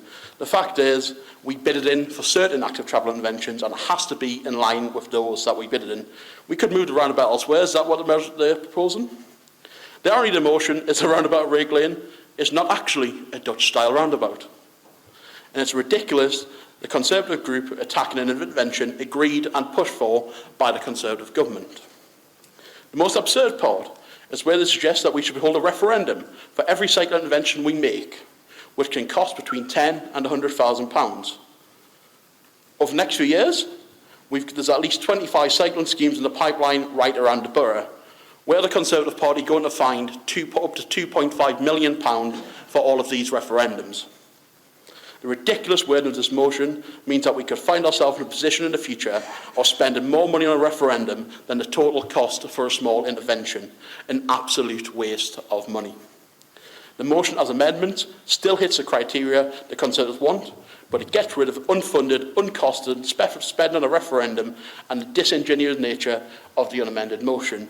And Chair, it was good to see that it honestly lasted about 2 minutes. Councillor Scargill referred to the roundabout at the end of the Broadway. Councillor Scargill will absolutely know that that was North Tyneside Living Street who proposed that design and nothing to do with North Tyneside Council. So the honesty lasted about 2 minutes in this chamber, Chair. It's good to see. We oppose this amendment. We are still absolutely in our position, but it takes away the ridiculous nature of spending unfunded money that the Conservatives don't have. They talk often about wasting money in this chamber. £2.5 million that they haven't said where they're going to find it from. What are they going to cut to fund these referendums? Chair, thank you. Thank you, Councillor Johnson. Would anyone else like to speak? Councillor Wallace. Thank you, Chairman. It may well be that the £1.5 million has been centrally funded, but surely it was this council's choice, this council's decision to apply for the funding to change this what was a perfectly satisfactory existing roundabout to the new arrangements that are being constructed at present. That was surely their decision. There was no obligation to apply to impose this new roundabout, to make such huge changes which are proving extremely unpopular. I do hope that there will be no further changes to our existing roundabouts in the same way as we are seeing at the top of Rake Lane. Thank you. Thank you, Councillor Wallace. Councillor Rankin. Thank you, Chair. I read on one of the Conservative fake news websites that apparently there'd been leaked emails saying that countless roundabouts in North Tyneside were going to be turned into Dutch-style roundabouts. So I'd love to know where those leaked emails came from. Councillor Scargill is disingenuous every single time he posts on social media and says, we're spending money on this roundabout, why can't it have been spent somewhere else? It came from a National Active Travel Fund.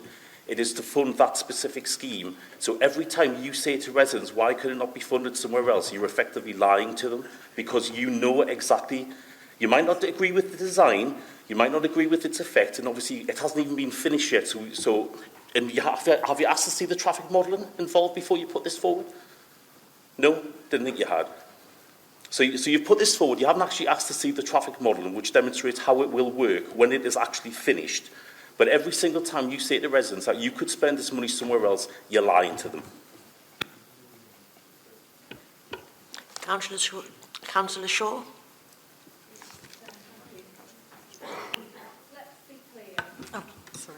Let's be clear. The original motion is no more than a veiled attack on the environment.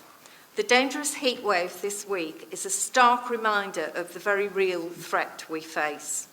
Our infrastructure and homes were designed for a climate that no longer exists.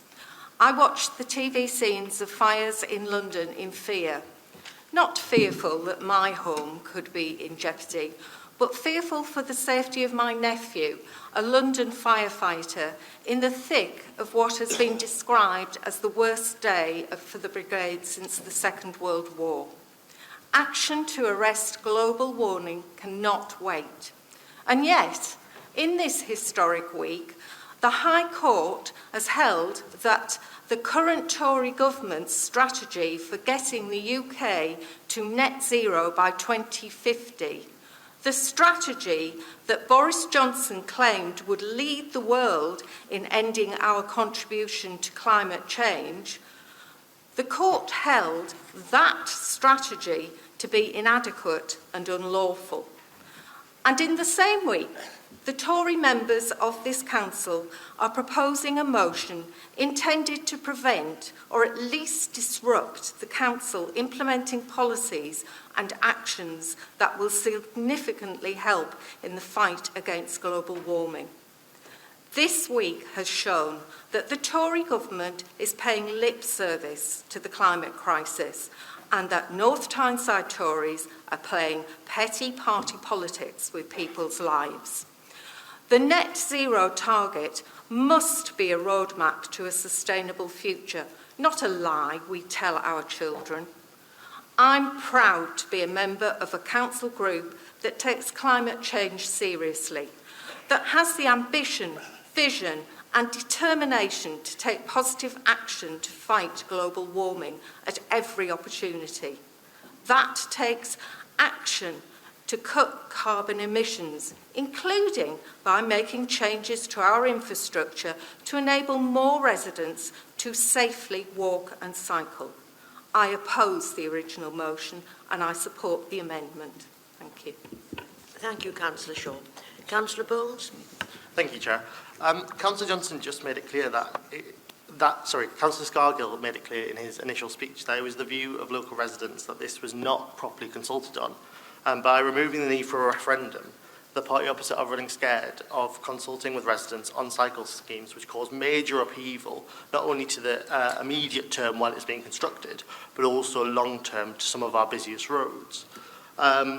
Councillor Johnson said it was not a Dutch-style roundabout, which is exactly the opposite of what the council press release says on the roundabout.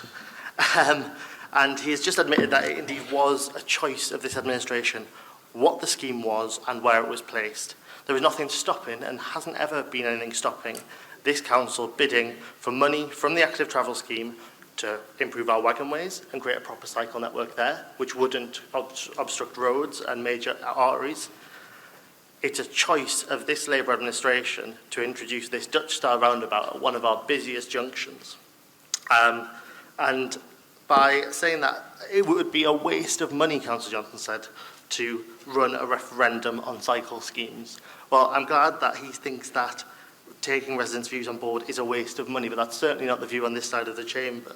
And, you know, there are costs in there. The costs are a very small proportion of the actual spend on any of these schemes. I fail to see why Labour are running scared, unless it's the case that the public don't support them. Thank you. Thank you, Councillor Bones. Councillor Drummond. Thank you, Chair. It's quite astonishing what Councillor Bones has just come out with. I mean, Councillor Scoville is quick to point out the negative comments on his page. That's probably because all the positive comments on there are normally deleted straight away, and the people who put them on a board, and that's from a lot of residents in Monkseaton. He's just quick to point it out. I'll be supporting the amendment. Thank you, Councillor Drummond. Councillor Samuel. Yes, I'll be supporting the amendment as well. It was very interesting last night when there's a Facebook page which used to be called Councillor Arkley, Councillor Barry and Stephen Robinson, your local campaigners. Some strange reason it's no longer called that. It's now simply called after called Stephen Robinson, your local campaigner. I don't know why the sitting councillors have been deleted from that Facebook page. But I only mention it in passing because for some strange coincidence, the point that Councillor Scargill has made appeared on that page as well, claiming that the Living Streets idea, which is not going to happen because what's happening around about that roundabout is a request for a safe crossing for school children who use that crossing quite frequently. It's got absolutely nothing to do with any kind of roundabout proposals. And I hope to God you bringing this out is not going to scupper the chance of my residents getting a safer crossing across the Broadway, which is what they're looking for. And if you've scuppered that by starting this hysteria about Dutch-style roundabouts to place, then you will not be forgiven. Thank you, Councillor Samuel. Councillor Newman. Thank you, Chair. I wasn't going to speak, but after some of the comments coming this way, I feel I'm going to have to. I mean, firstly, on the referendum, Councillor Bowles and Councillor Scully, you're well aware, you're clever enough to understand how much it would cost to run a referendum. You do realise that that would be uncosted, and you haven't given any idea of how you would fund that. And also, it's a dangerous knock-on effect. Do we have a referendum every time somebody wants to have an extension of the house? Do we have a referendum every time we do some road improvements? Do we have a referendum every single time somebody wants to, put solar panels on their roof? It's a dangerous stuff. And the amended motion does not say that we're not going to consult. The amended motion says that we will ensure all future cycle schemes are subject to full public consultation. There are other forms of public consultation that are not referendum. So I'm very happy that the group have decided that they're still going to ensure that we have full public consultation. The other thing I want to say is about the roundabout, and I've actually drove past that roundabout quite a lot of times because my daughter goes to the police cadets in Whitley Bay, and I've drove through it, and you're right, it is a bit of a nightmare because it's being built. Half the time I've been over there's been no road services, then there's been cones out there, then there's been some traffic lights, then there was a digger in the middle of a road at one stage. It's being built. I have absolutely I haven't been down there since they finished, but I'll happily tell you how it's going after that's finished. And then the last one I want to say is, I know it doesn't look like it, but I'm cycling quite a lot now. I'm cycling quite a lot because I bloody can't afford the fuel. It's so expensive to put fuel in my car now, so I've started cycling to work every day. And the amount of times I've nearly been knocked over just going from Howden to the Silverlink is dangerous. And as more and more people feel the pinch and start cycling, we need to ensure that the roads are safe for everybody.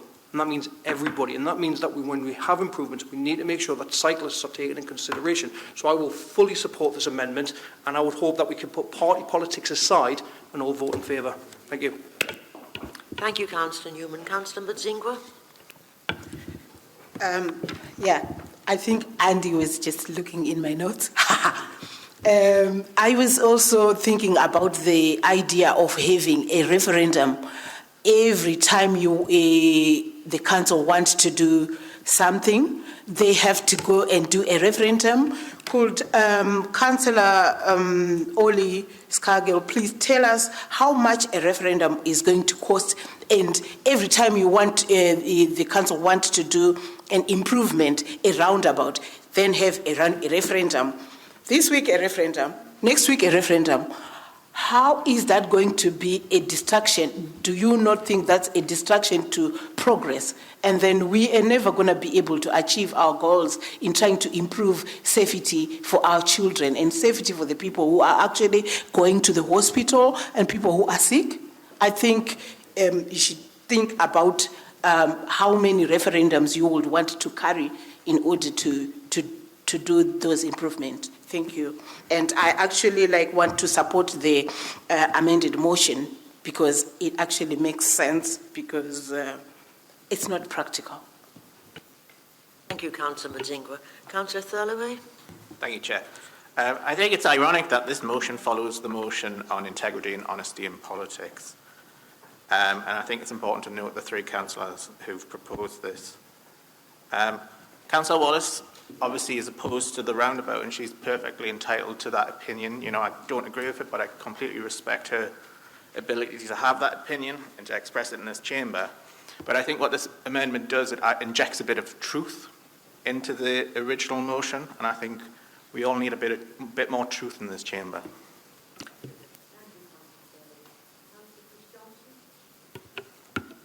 Thank you, Chair. Can we just have a little bit of common sense over this? Nobody's suggesting that we have a referendum over everything. We're talking about a £1.5 million investment. That might require a little bit of thought, a little bit of concern, and a little bit of concern for residents.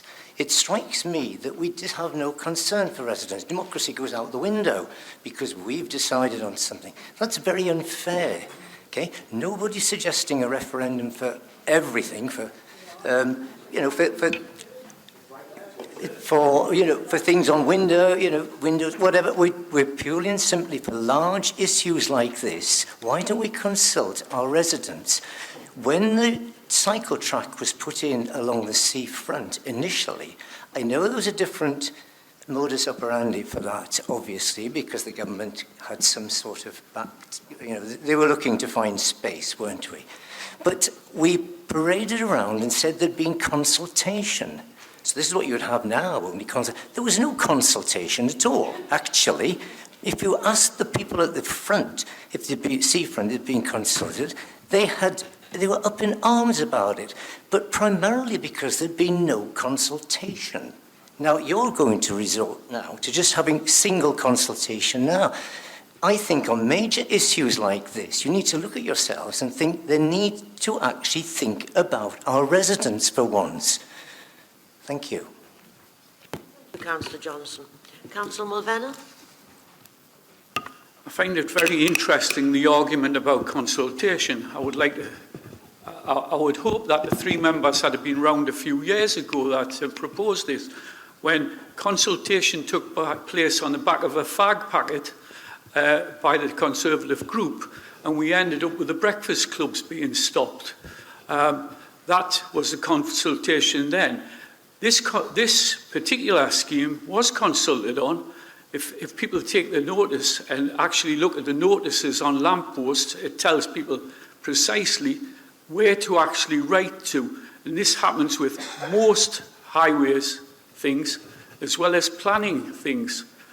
But from a personal point of view, though I'm not a great believer in Dutch-style roundabouts, I look forward to it being finished because I'll certainly feel a lot safer riding round it on my bike.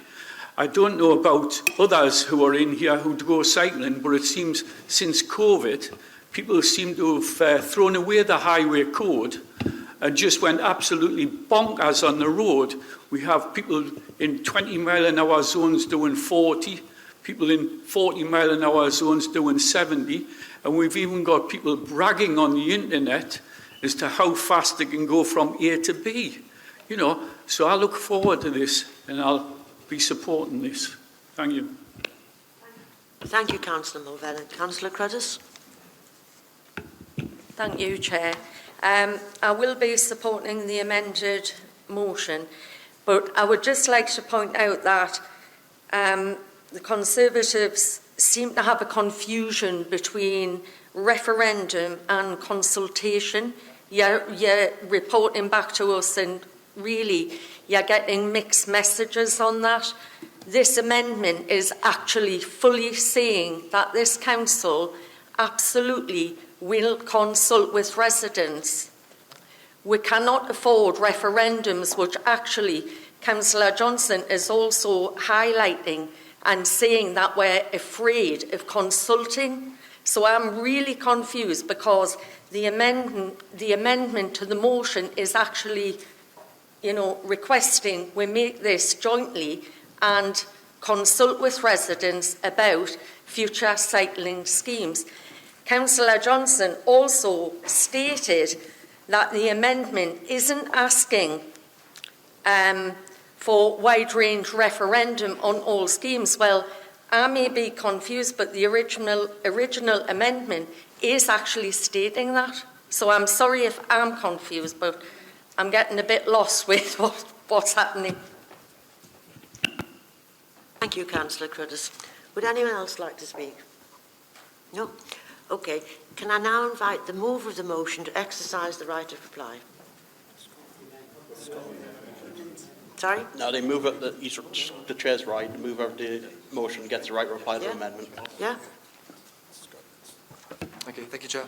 Well, by amending this motion, Labour are voting against listening to residents. I know from speaking to my residents that this motion has considerable public support. I repeat, this Labour administration are completely underestimating their anger towards this project. I'm disappointed that there are members opposite that don't think we should be giving residents more of a say on these massive investment projects in their local area, with one even phrasing this as a waste of money. Let's be clear, democracy is never a waste of money. Thank you, Councillor Scargill. We'll now go to the vote. Now we're voting on the amendment, okay? Those in favour?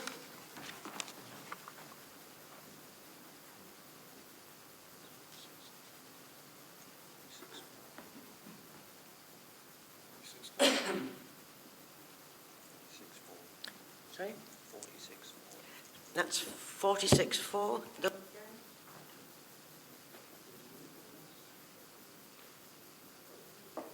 And 8 against. The amendment is carried, and I'll now invite members to speak to the motion as amended, so the motion now becomes a substantive motion. Can I now invite the mover of the substantive motion to exercise the right of reply? Councillor Johnson. Chair, I believe Councillor Graham is Councillor Graham indicated to speak, so. Thank you, Chair. As part of our ambitious commitment to achieve carbon net zero by 2030, a full 20 years before the Tory government, we are investing in schemes that increase the opportunity to travel sustainably and safely, reducing the reliance on motor vehicles. This is also a significant plank of the present Conservative government's pledge to increase safe, active travel, and I would recommend to our friends over the other side of the chamber to read Gear Change, which directs local authorities to reallocate highway space for walking and cycling. And there's a 1.5-page Prime Minister's foreword from Boris Johnson that you may take on board, in which he says, there was intense controversy, but the council stuck it out, thank goodness. Signed, Boris Johnson. This also helps with our public health agenda and helping reduce health inequalities, getting people cycling and walking. The significant investment secured for the A191 Rake Lane scheme which is in accordance with current best practice design guidance as set out by the Department for Transport, seeks to provide a safe experience for pedestrians and cyclists through this busy junction. This central government funding could not be transferred to any other transport scheme, being ring-fenced for walking and cycling schemes. In 2020, the Department for Transport produced updated design guidance. This is known as LTN 120, which is applied to all highway schemes going forward. The intention of this design guidance is to significantly improve the quality, consistency and safety of the cycling infrastructure delivered nationally. Highlighting the government's commitment to active travel, in February 2022, Active Travel England was formed as the new executive agency to deliver and oversee the government's £2 billion gear change commitment to active travel. Active Travel England, headed by Chris Boardman, will work to ensure that this and wider transport investment is well spent and will help raise the cycling standards of walking and cycling infrastructure. It is good infrastructure that gives people the confidence to walk and cycle or return to cycling as a sustainable way of travelling, especially in times of high fuel costs and massive cost of living crisis.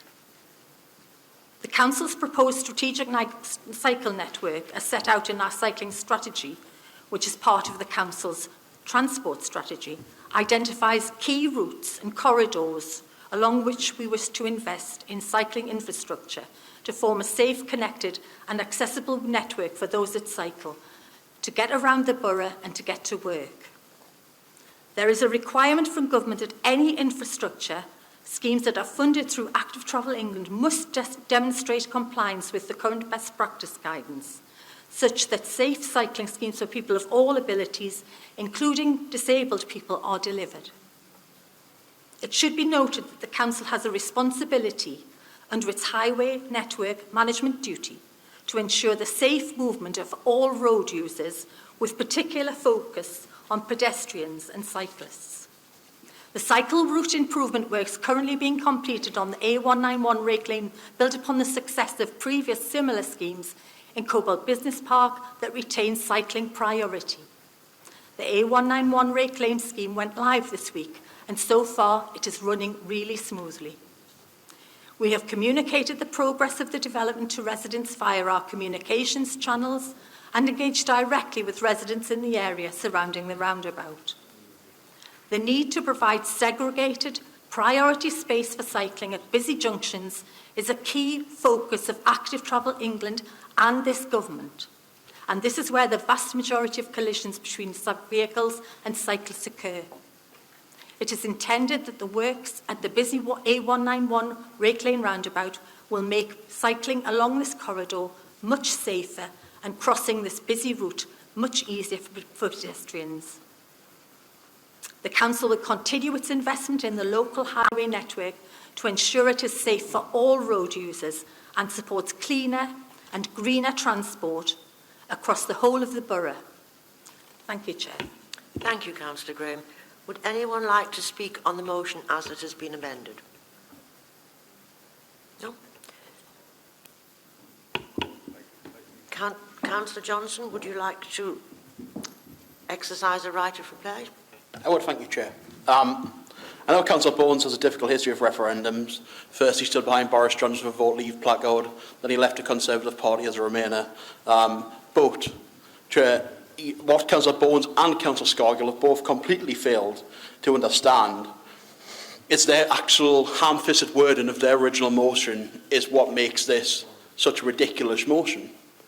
What they say is they wanted a referendum on all future cycling schemes. Referendums cost about £10,000 in a ward and £100,000 minimum for the whole borough, if not more.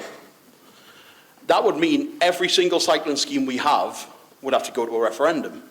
If we completed our cycle network ambitions, which we set out in our cycle network, there's about 47 different schemes in there that could cost up to £4.7 million. Where is that money coming from? Repeatedly, Councillor Scargill has talked about waste of money in his campaign before yours, Councillor Scargill.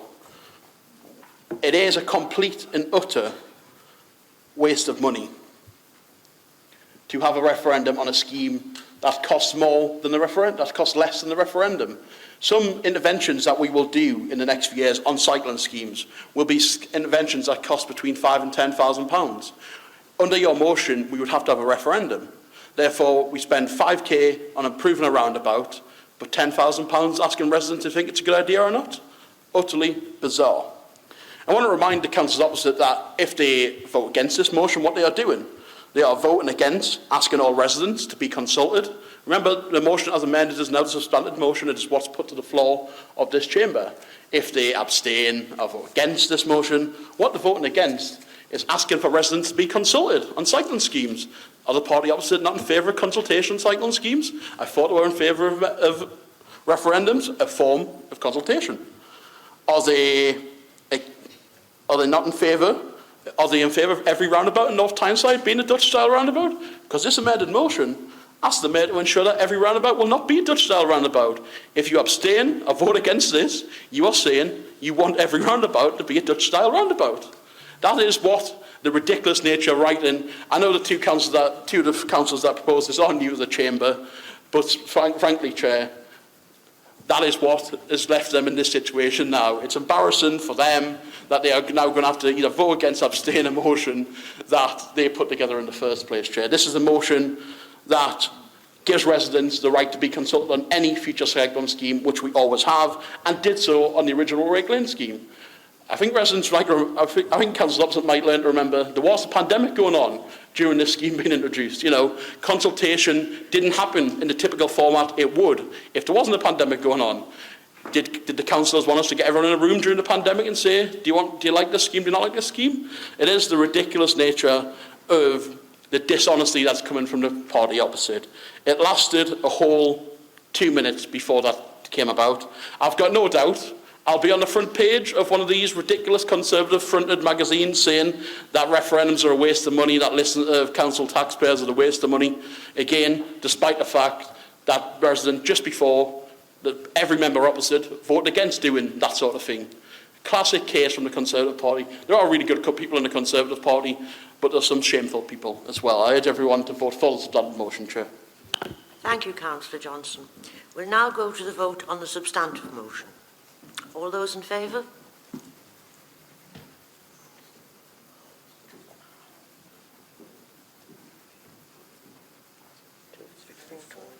Sorry? 54. Thank you. The motion is carried. 54. And were there any abstentions? Are there any abstentions? Or against? You're abstaining, are you? All of you? Thank you. That motion, 54 and 4 abstentions. And we now move on to item 7, appointment of independent persons. Can I ask the elected Mayor, Norma Redfern, to move the report, please? Thank you, Chairman. The Localism Act of 2011 places a statutory duty on the authority to promote and maintain high standards of conduct by its elected and co-opted members. Independent persons need to have high standards of personal conduct, tact and discretion. The 3 existing independent persons' 4-year term of appointment ends on the 31st of July 2022. It is therefore necessary for the full council to appoint a further 3 independent persons.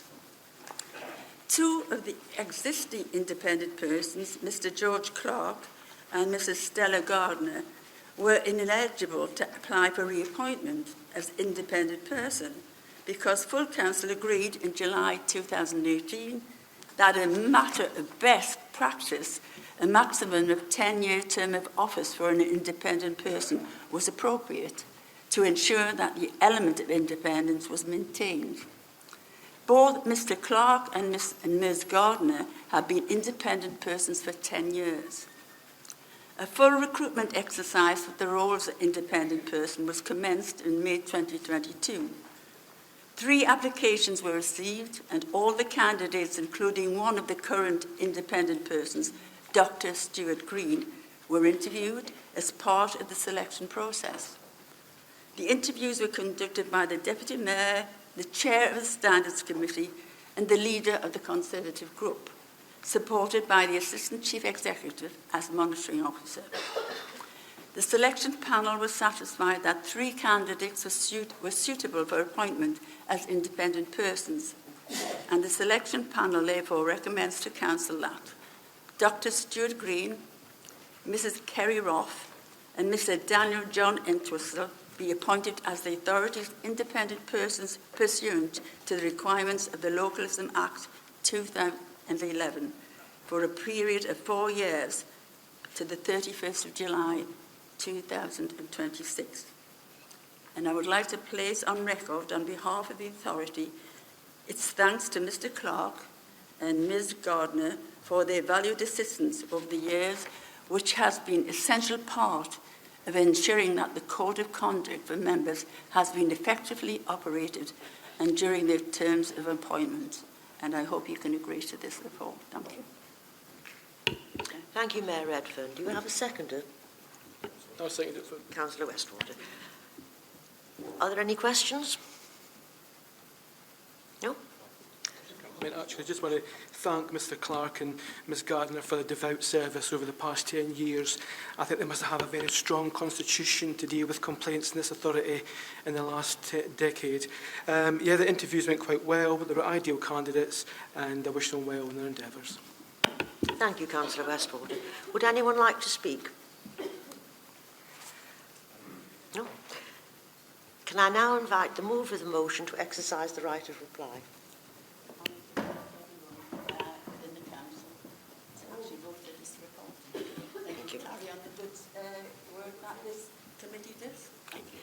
We'll now go to the vote. Those in favour?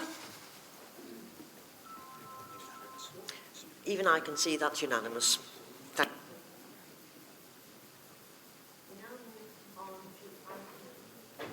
We now move on to item 8, Storm Arwen Task and Finish Group.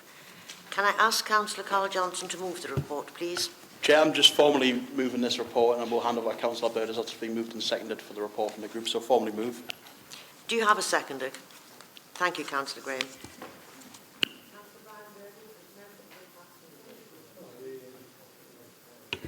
Councillor Burgess, as member of the Task and Finish Group, will now speak to the report.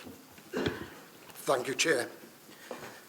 At its meeting on the 20th of January 2022, the Council debated a motion in relation to Storm Arwen.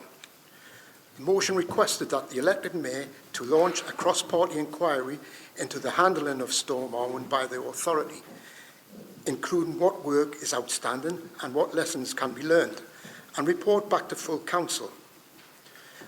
Following the Council meeting, the elected Mayor wrote to the Chair of Overview and Scrutiny and Policy Development Committee requesting that a review be undertaken through the establishment of a Task and Finish Group.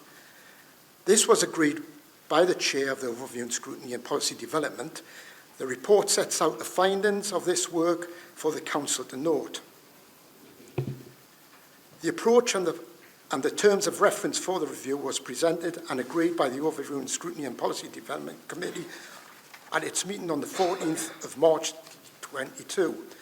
All non-executive members were canvassed to be part of the Task and Finish Group, with 8 members taking up the opportunity to be involved. The agreed approach for the review was delivered through 2 focus sessions, which took place on the 16th and 23rd of May. The group heard that hundreds of residents in the North Tyneside, some of whom were very vulnerable, were affected by power cuts during Storm Arwen, similar to many communities across the North East. This was due to the failure of Northern Power Grid to cope with the size and demand. The authority's priority was always to prioritise the welfare and safety over other activities. The Task and Finish Group acknowledges that the primary priority in any emergency event should always be to ensure the safety of life. The group acknowledged that resilience and emergency planning practice constantly evolve through the experience and through this review, has made some recommendations for consideration. The group recognised that the significant work that took place during the Storm Arwen and further winter storms by individuals, neighbours, communities, responders, voluntary groups, businesses and others who assisted in the very challenging conditions to provide help to those in need. The group concluded that the authority demonstrated that it was able to rapidly mobilise staff with the necessary specialist and technical skill sets to support the range of requirements needed to keep residents and property safe. The Task and Finish group considered that the activation and effective mobilisation of staff and resources reduced possible further impact to residents' businesses within the borough, and all staff involved throughout the storm worked tirelessly and should be commended.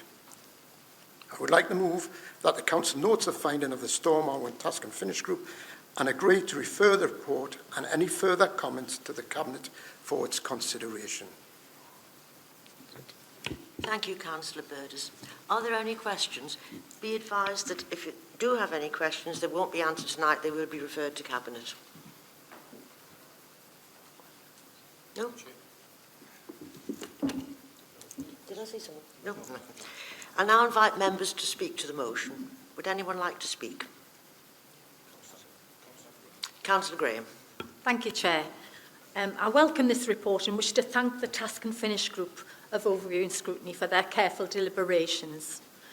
The report shows that we are a resilient council with the ability to mobilise staff with the skill sets needed quickly and with other partners to deal with what could have been life-threatening situations over the 7 storms this winter. We can always learn from such situations, and the setting up of a WhatsApp group for councillors to report incidents is a great way for us to use technology and to stop duplication. And I want to take this opportunity to thank all of our staff, and particularly Phil Scott and partners, and I'm satisfied that should something happen in the future, and it will given climate change, we are ready to respond to any challenge. I commend this report and our staff. Thank you. Thank you, Councillor Graham. Can I now invite the mover of the motion to exercise the right of reply? Councillor Johnson. Move the vote, please, Chair. All those in favour of the motion? That looks unanimous to me. Thank you. And we now move to item 10, which is Chair's announcements, and they are here somewhere. I'm conscious of the time, so I'll be as quick as I can. Promise.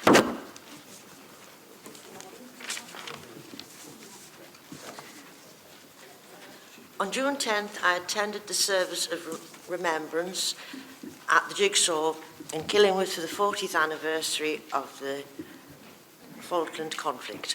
I also attended the Armed Forces Day at the Spanish City Plaza, along with our veterans champion, Councillor Andy Newman, who raised the flag. It was really heartening to see how many young children were there and were cadets. In July, I attended the presentation of the Queen's Award for Enterprise, which is a very prestigious award, to D-Line, which is a local company based at North West Churton Industrial Estate. The award was presented by the Duke of Gloucester. On Monday of this week, I had the privilege of opening the community reflective areas to commemorate the pandemic. The central compass is located in the biodiversity area, which is actually just across the road, and was opened on March the 23rd. The further 4 compasses were located in each quadrant of the borough: Killingworth, Wallsend, North Shields and Whitley Bay. They are all connected to the wagonways.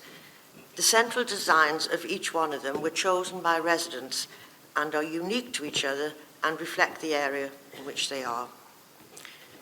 The Council has produced maps so that cyclists, walkers and wheelchair users can easily navigate their way between all of the sites. I have to say it was an extremely hot day, and I want to thank Mark Langstaff and all of the Council team who attended and made sure everything went smoothly and on time. And I'm sorry I asked the children to plant the tree. I think it might have put us back a bit. A very special thanks to Felicity for the constant supply of water, which was greatly appreciated. On Tuesday, I had the pleasure of unveiling a beautiful stained glass window at Coquet First School. The window is to commemorate the pandemic and to thank NHS and key workers. It was based on the ideas which were drawn and collated by the children, and this window was very generously made and donated by the Glass House, which is a company in North Shields. 2 seconds. 2 seconds. I'm getting there. I've lost it. No, I haven't. I'm delighted to announce that the Chair's charity for 22-23 will be the True Colours Theatre. You probably haven't heard of it because it's a very... You have? That's great. Which is it's a very small charity. It provides fully inclusive performing arts and theatre classes for young people with physical and learning disabilities. Those of you who know me know that this is very close to my heart. Many of the young people also have emotional and behavioural difficulties, which makes it difficult for them to take part in activities which are not led by experienced and sympathetic sessional staff. Performing arts classes benefit young people by helping them explore their emotions, develop their social skills, and increase their self-confidence. The charity has previously received a Spirit of North Tyneside Award. The money raised will be principally used to refurbish the premises. They're currently based at the Oxford Centre, but are hoping to move to another premise very soon. Because of its popularity with parents, carers, and the young people, they've actually outgrown the Oxford Centre. So I will be asking you all to dig deep. The other thing is they are producing a show on Saturday the 30th at Whitley Bay Playhouse. So if there are any tickets left, I would really advise you to get one and to support it. Thank you very much.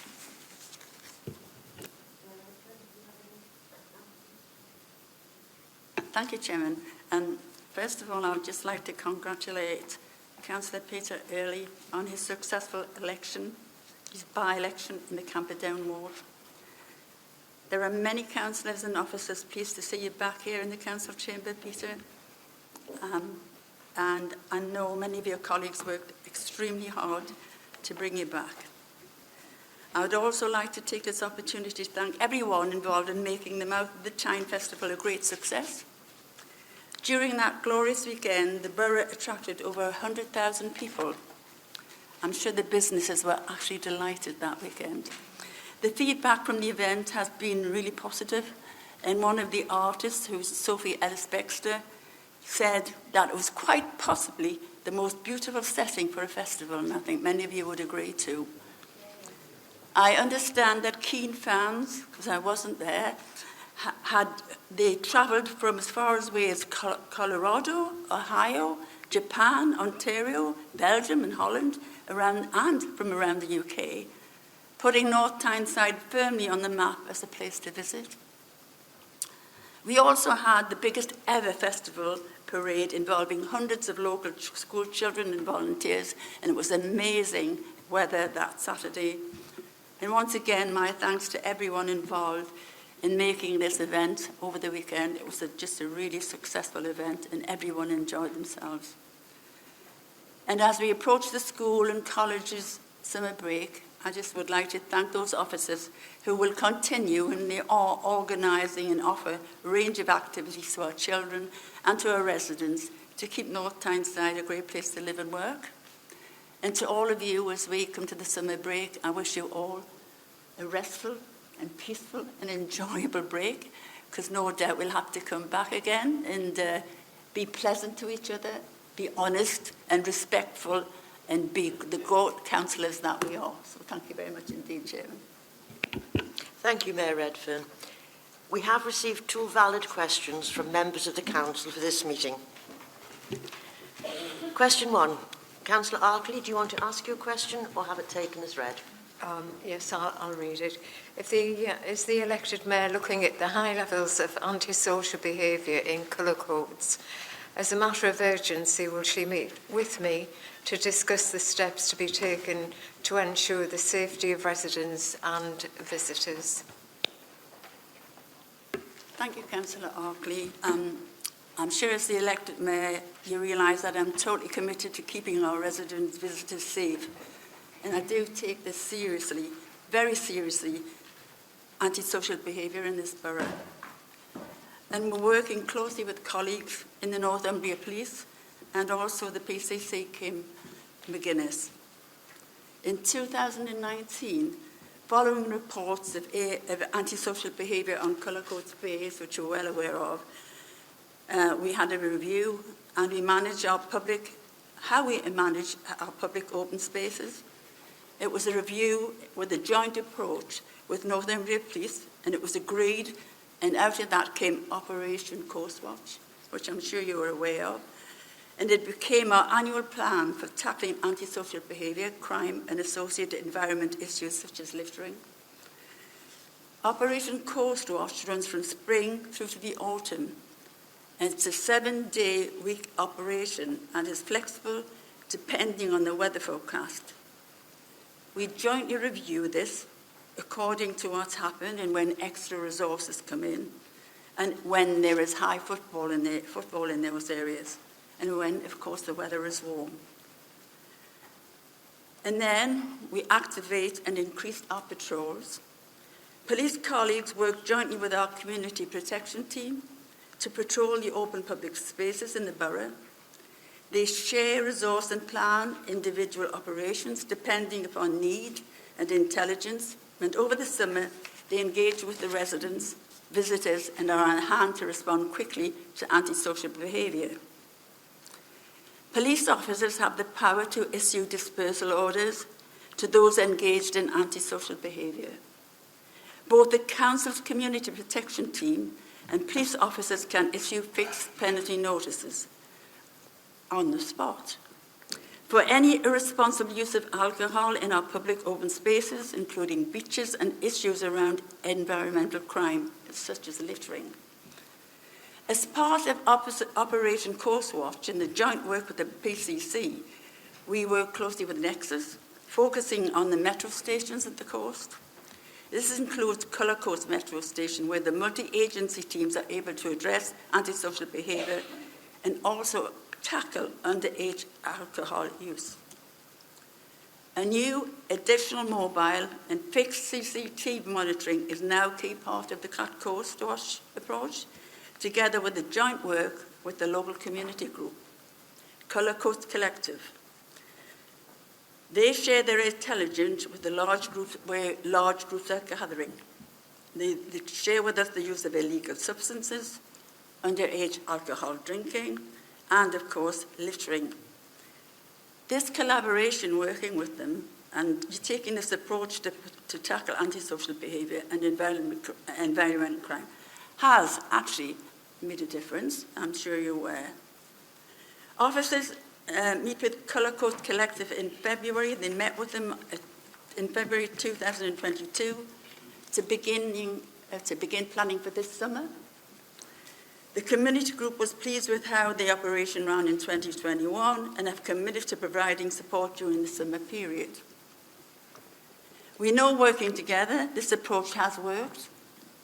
Collectively, both Northumbria Police and the Community Protection Team, they have seen a reduction in reported antisocial behaviour incidents over the last 3 summer periods.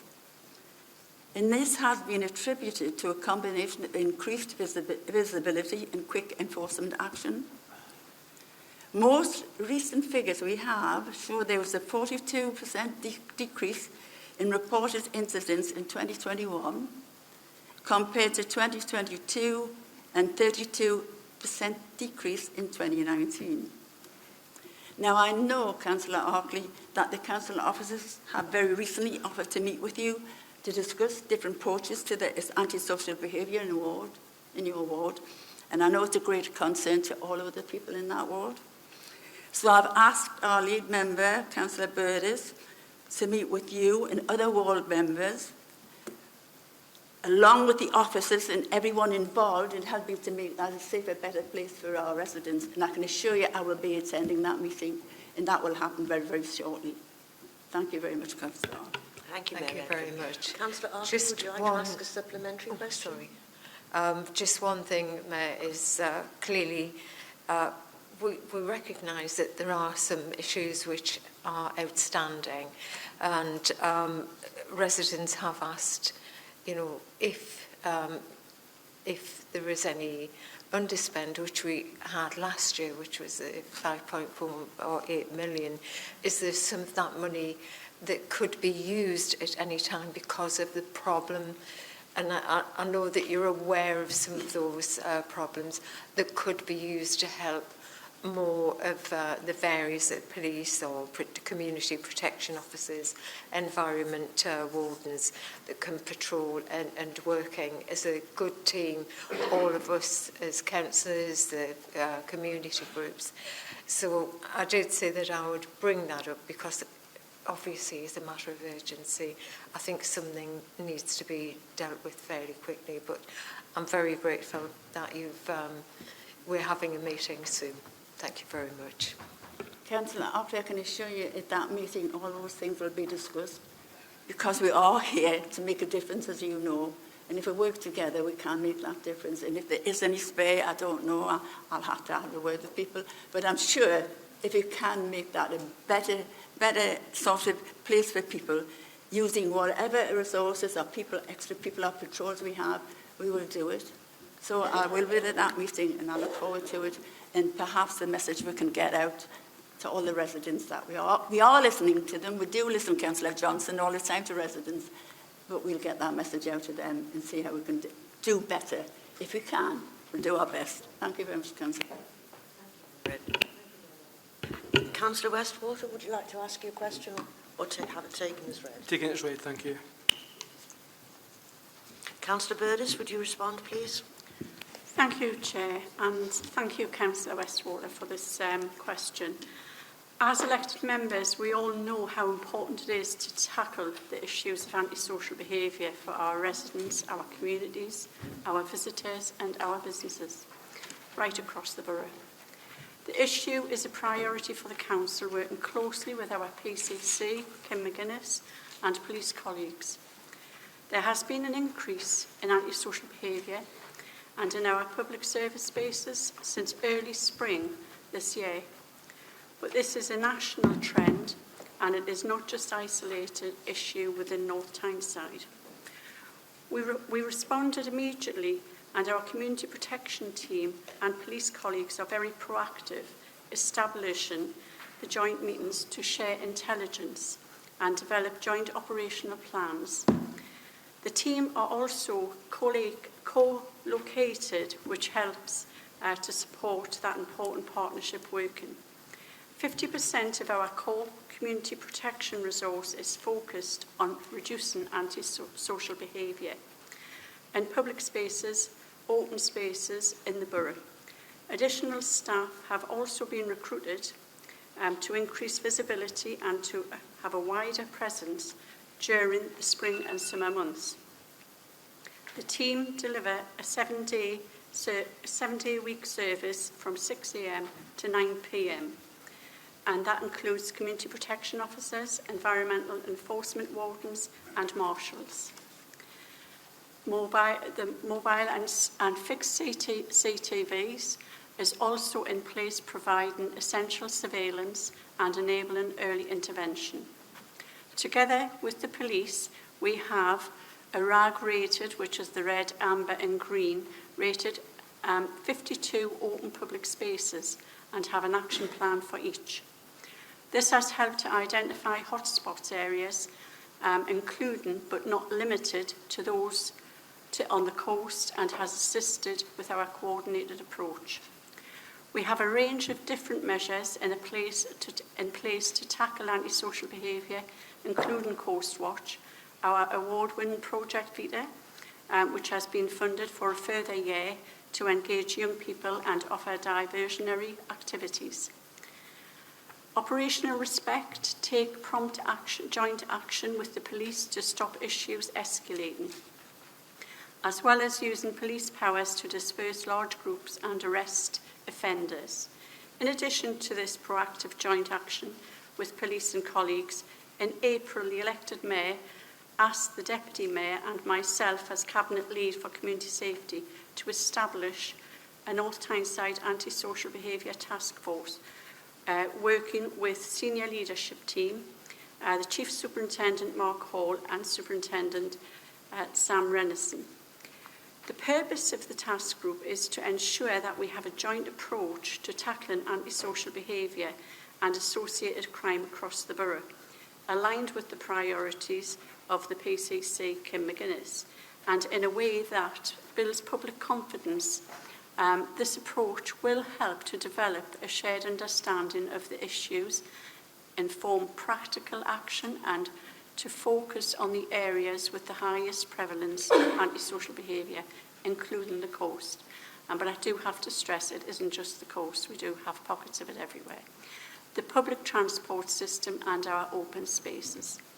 The task force has had its first meeting in June and was well supported by a range of partners, including the Office of the PCC, Tyne and Wear Fire and Rescue, Northumbria Police, the Business Forum, secondary schools, Nexus, the Youth Justice Service and our young Mayor. 4 elected members are also part of that task force, including yourself, Councillor Westwater, and the key priorities emerged from that first meeting, and the task force will continue to meet every 4 to 6 weeks to review the effectiveness of this joint actions. Thank you. Thank you, Councillor Burtis. Councillor Westwater, would you like to ask a supplementary question? As you said, Councillor Bird has been a member of the Antisocial Behaviour Task Group. I was a little bit concerned to learn at our recent meeting that following Nexus's decision not to renew the CCTV monitoring contract for metro stations within the borough, that no arrangements seem to be in place. So therefore, can you inform Council when we will have a reliable CCTV surveillance again, and how the Council failed to ensure a seamless move to the new arrangements? I have got some information about that because I am aware that you did correspond with the officer, and we did have some dialogue. But I do know, obviously, Councillor Johnson chaired that meeting. I think he would like to come in at that point with his hat of transport on as well. Yeah, absolutely. It was very concerned to me as well, Councillor Sweat. Just to be clear, though, there is CCTV there right across the network in North Tyneside. It's the access and the CCTV live, which was the issue, as opposed to CCTV not being there. With my other hat on as the chair of the Tyne and Wear Transport Committee, after that meeting, I immediately met with Martin Kearney to ensure that we would be getting access to that live very soon.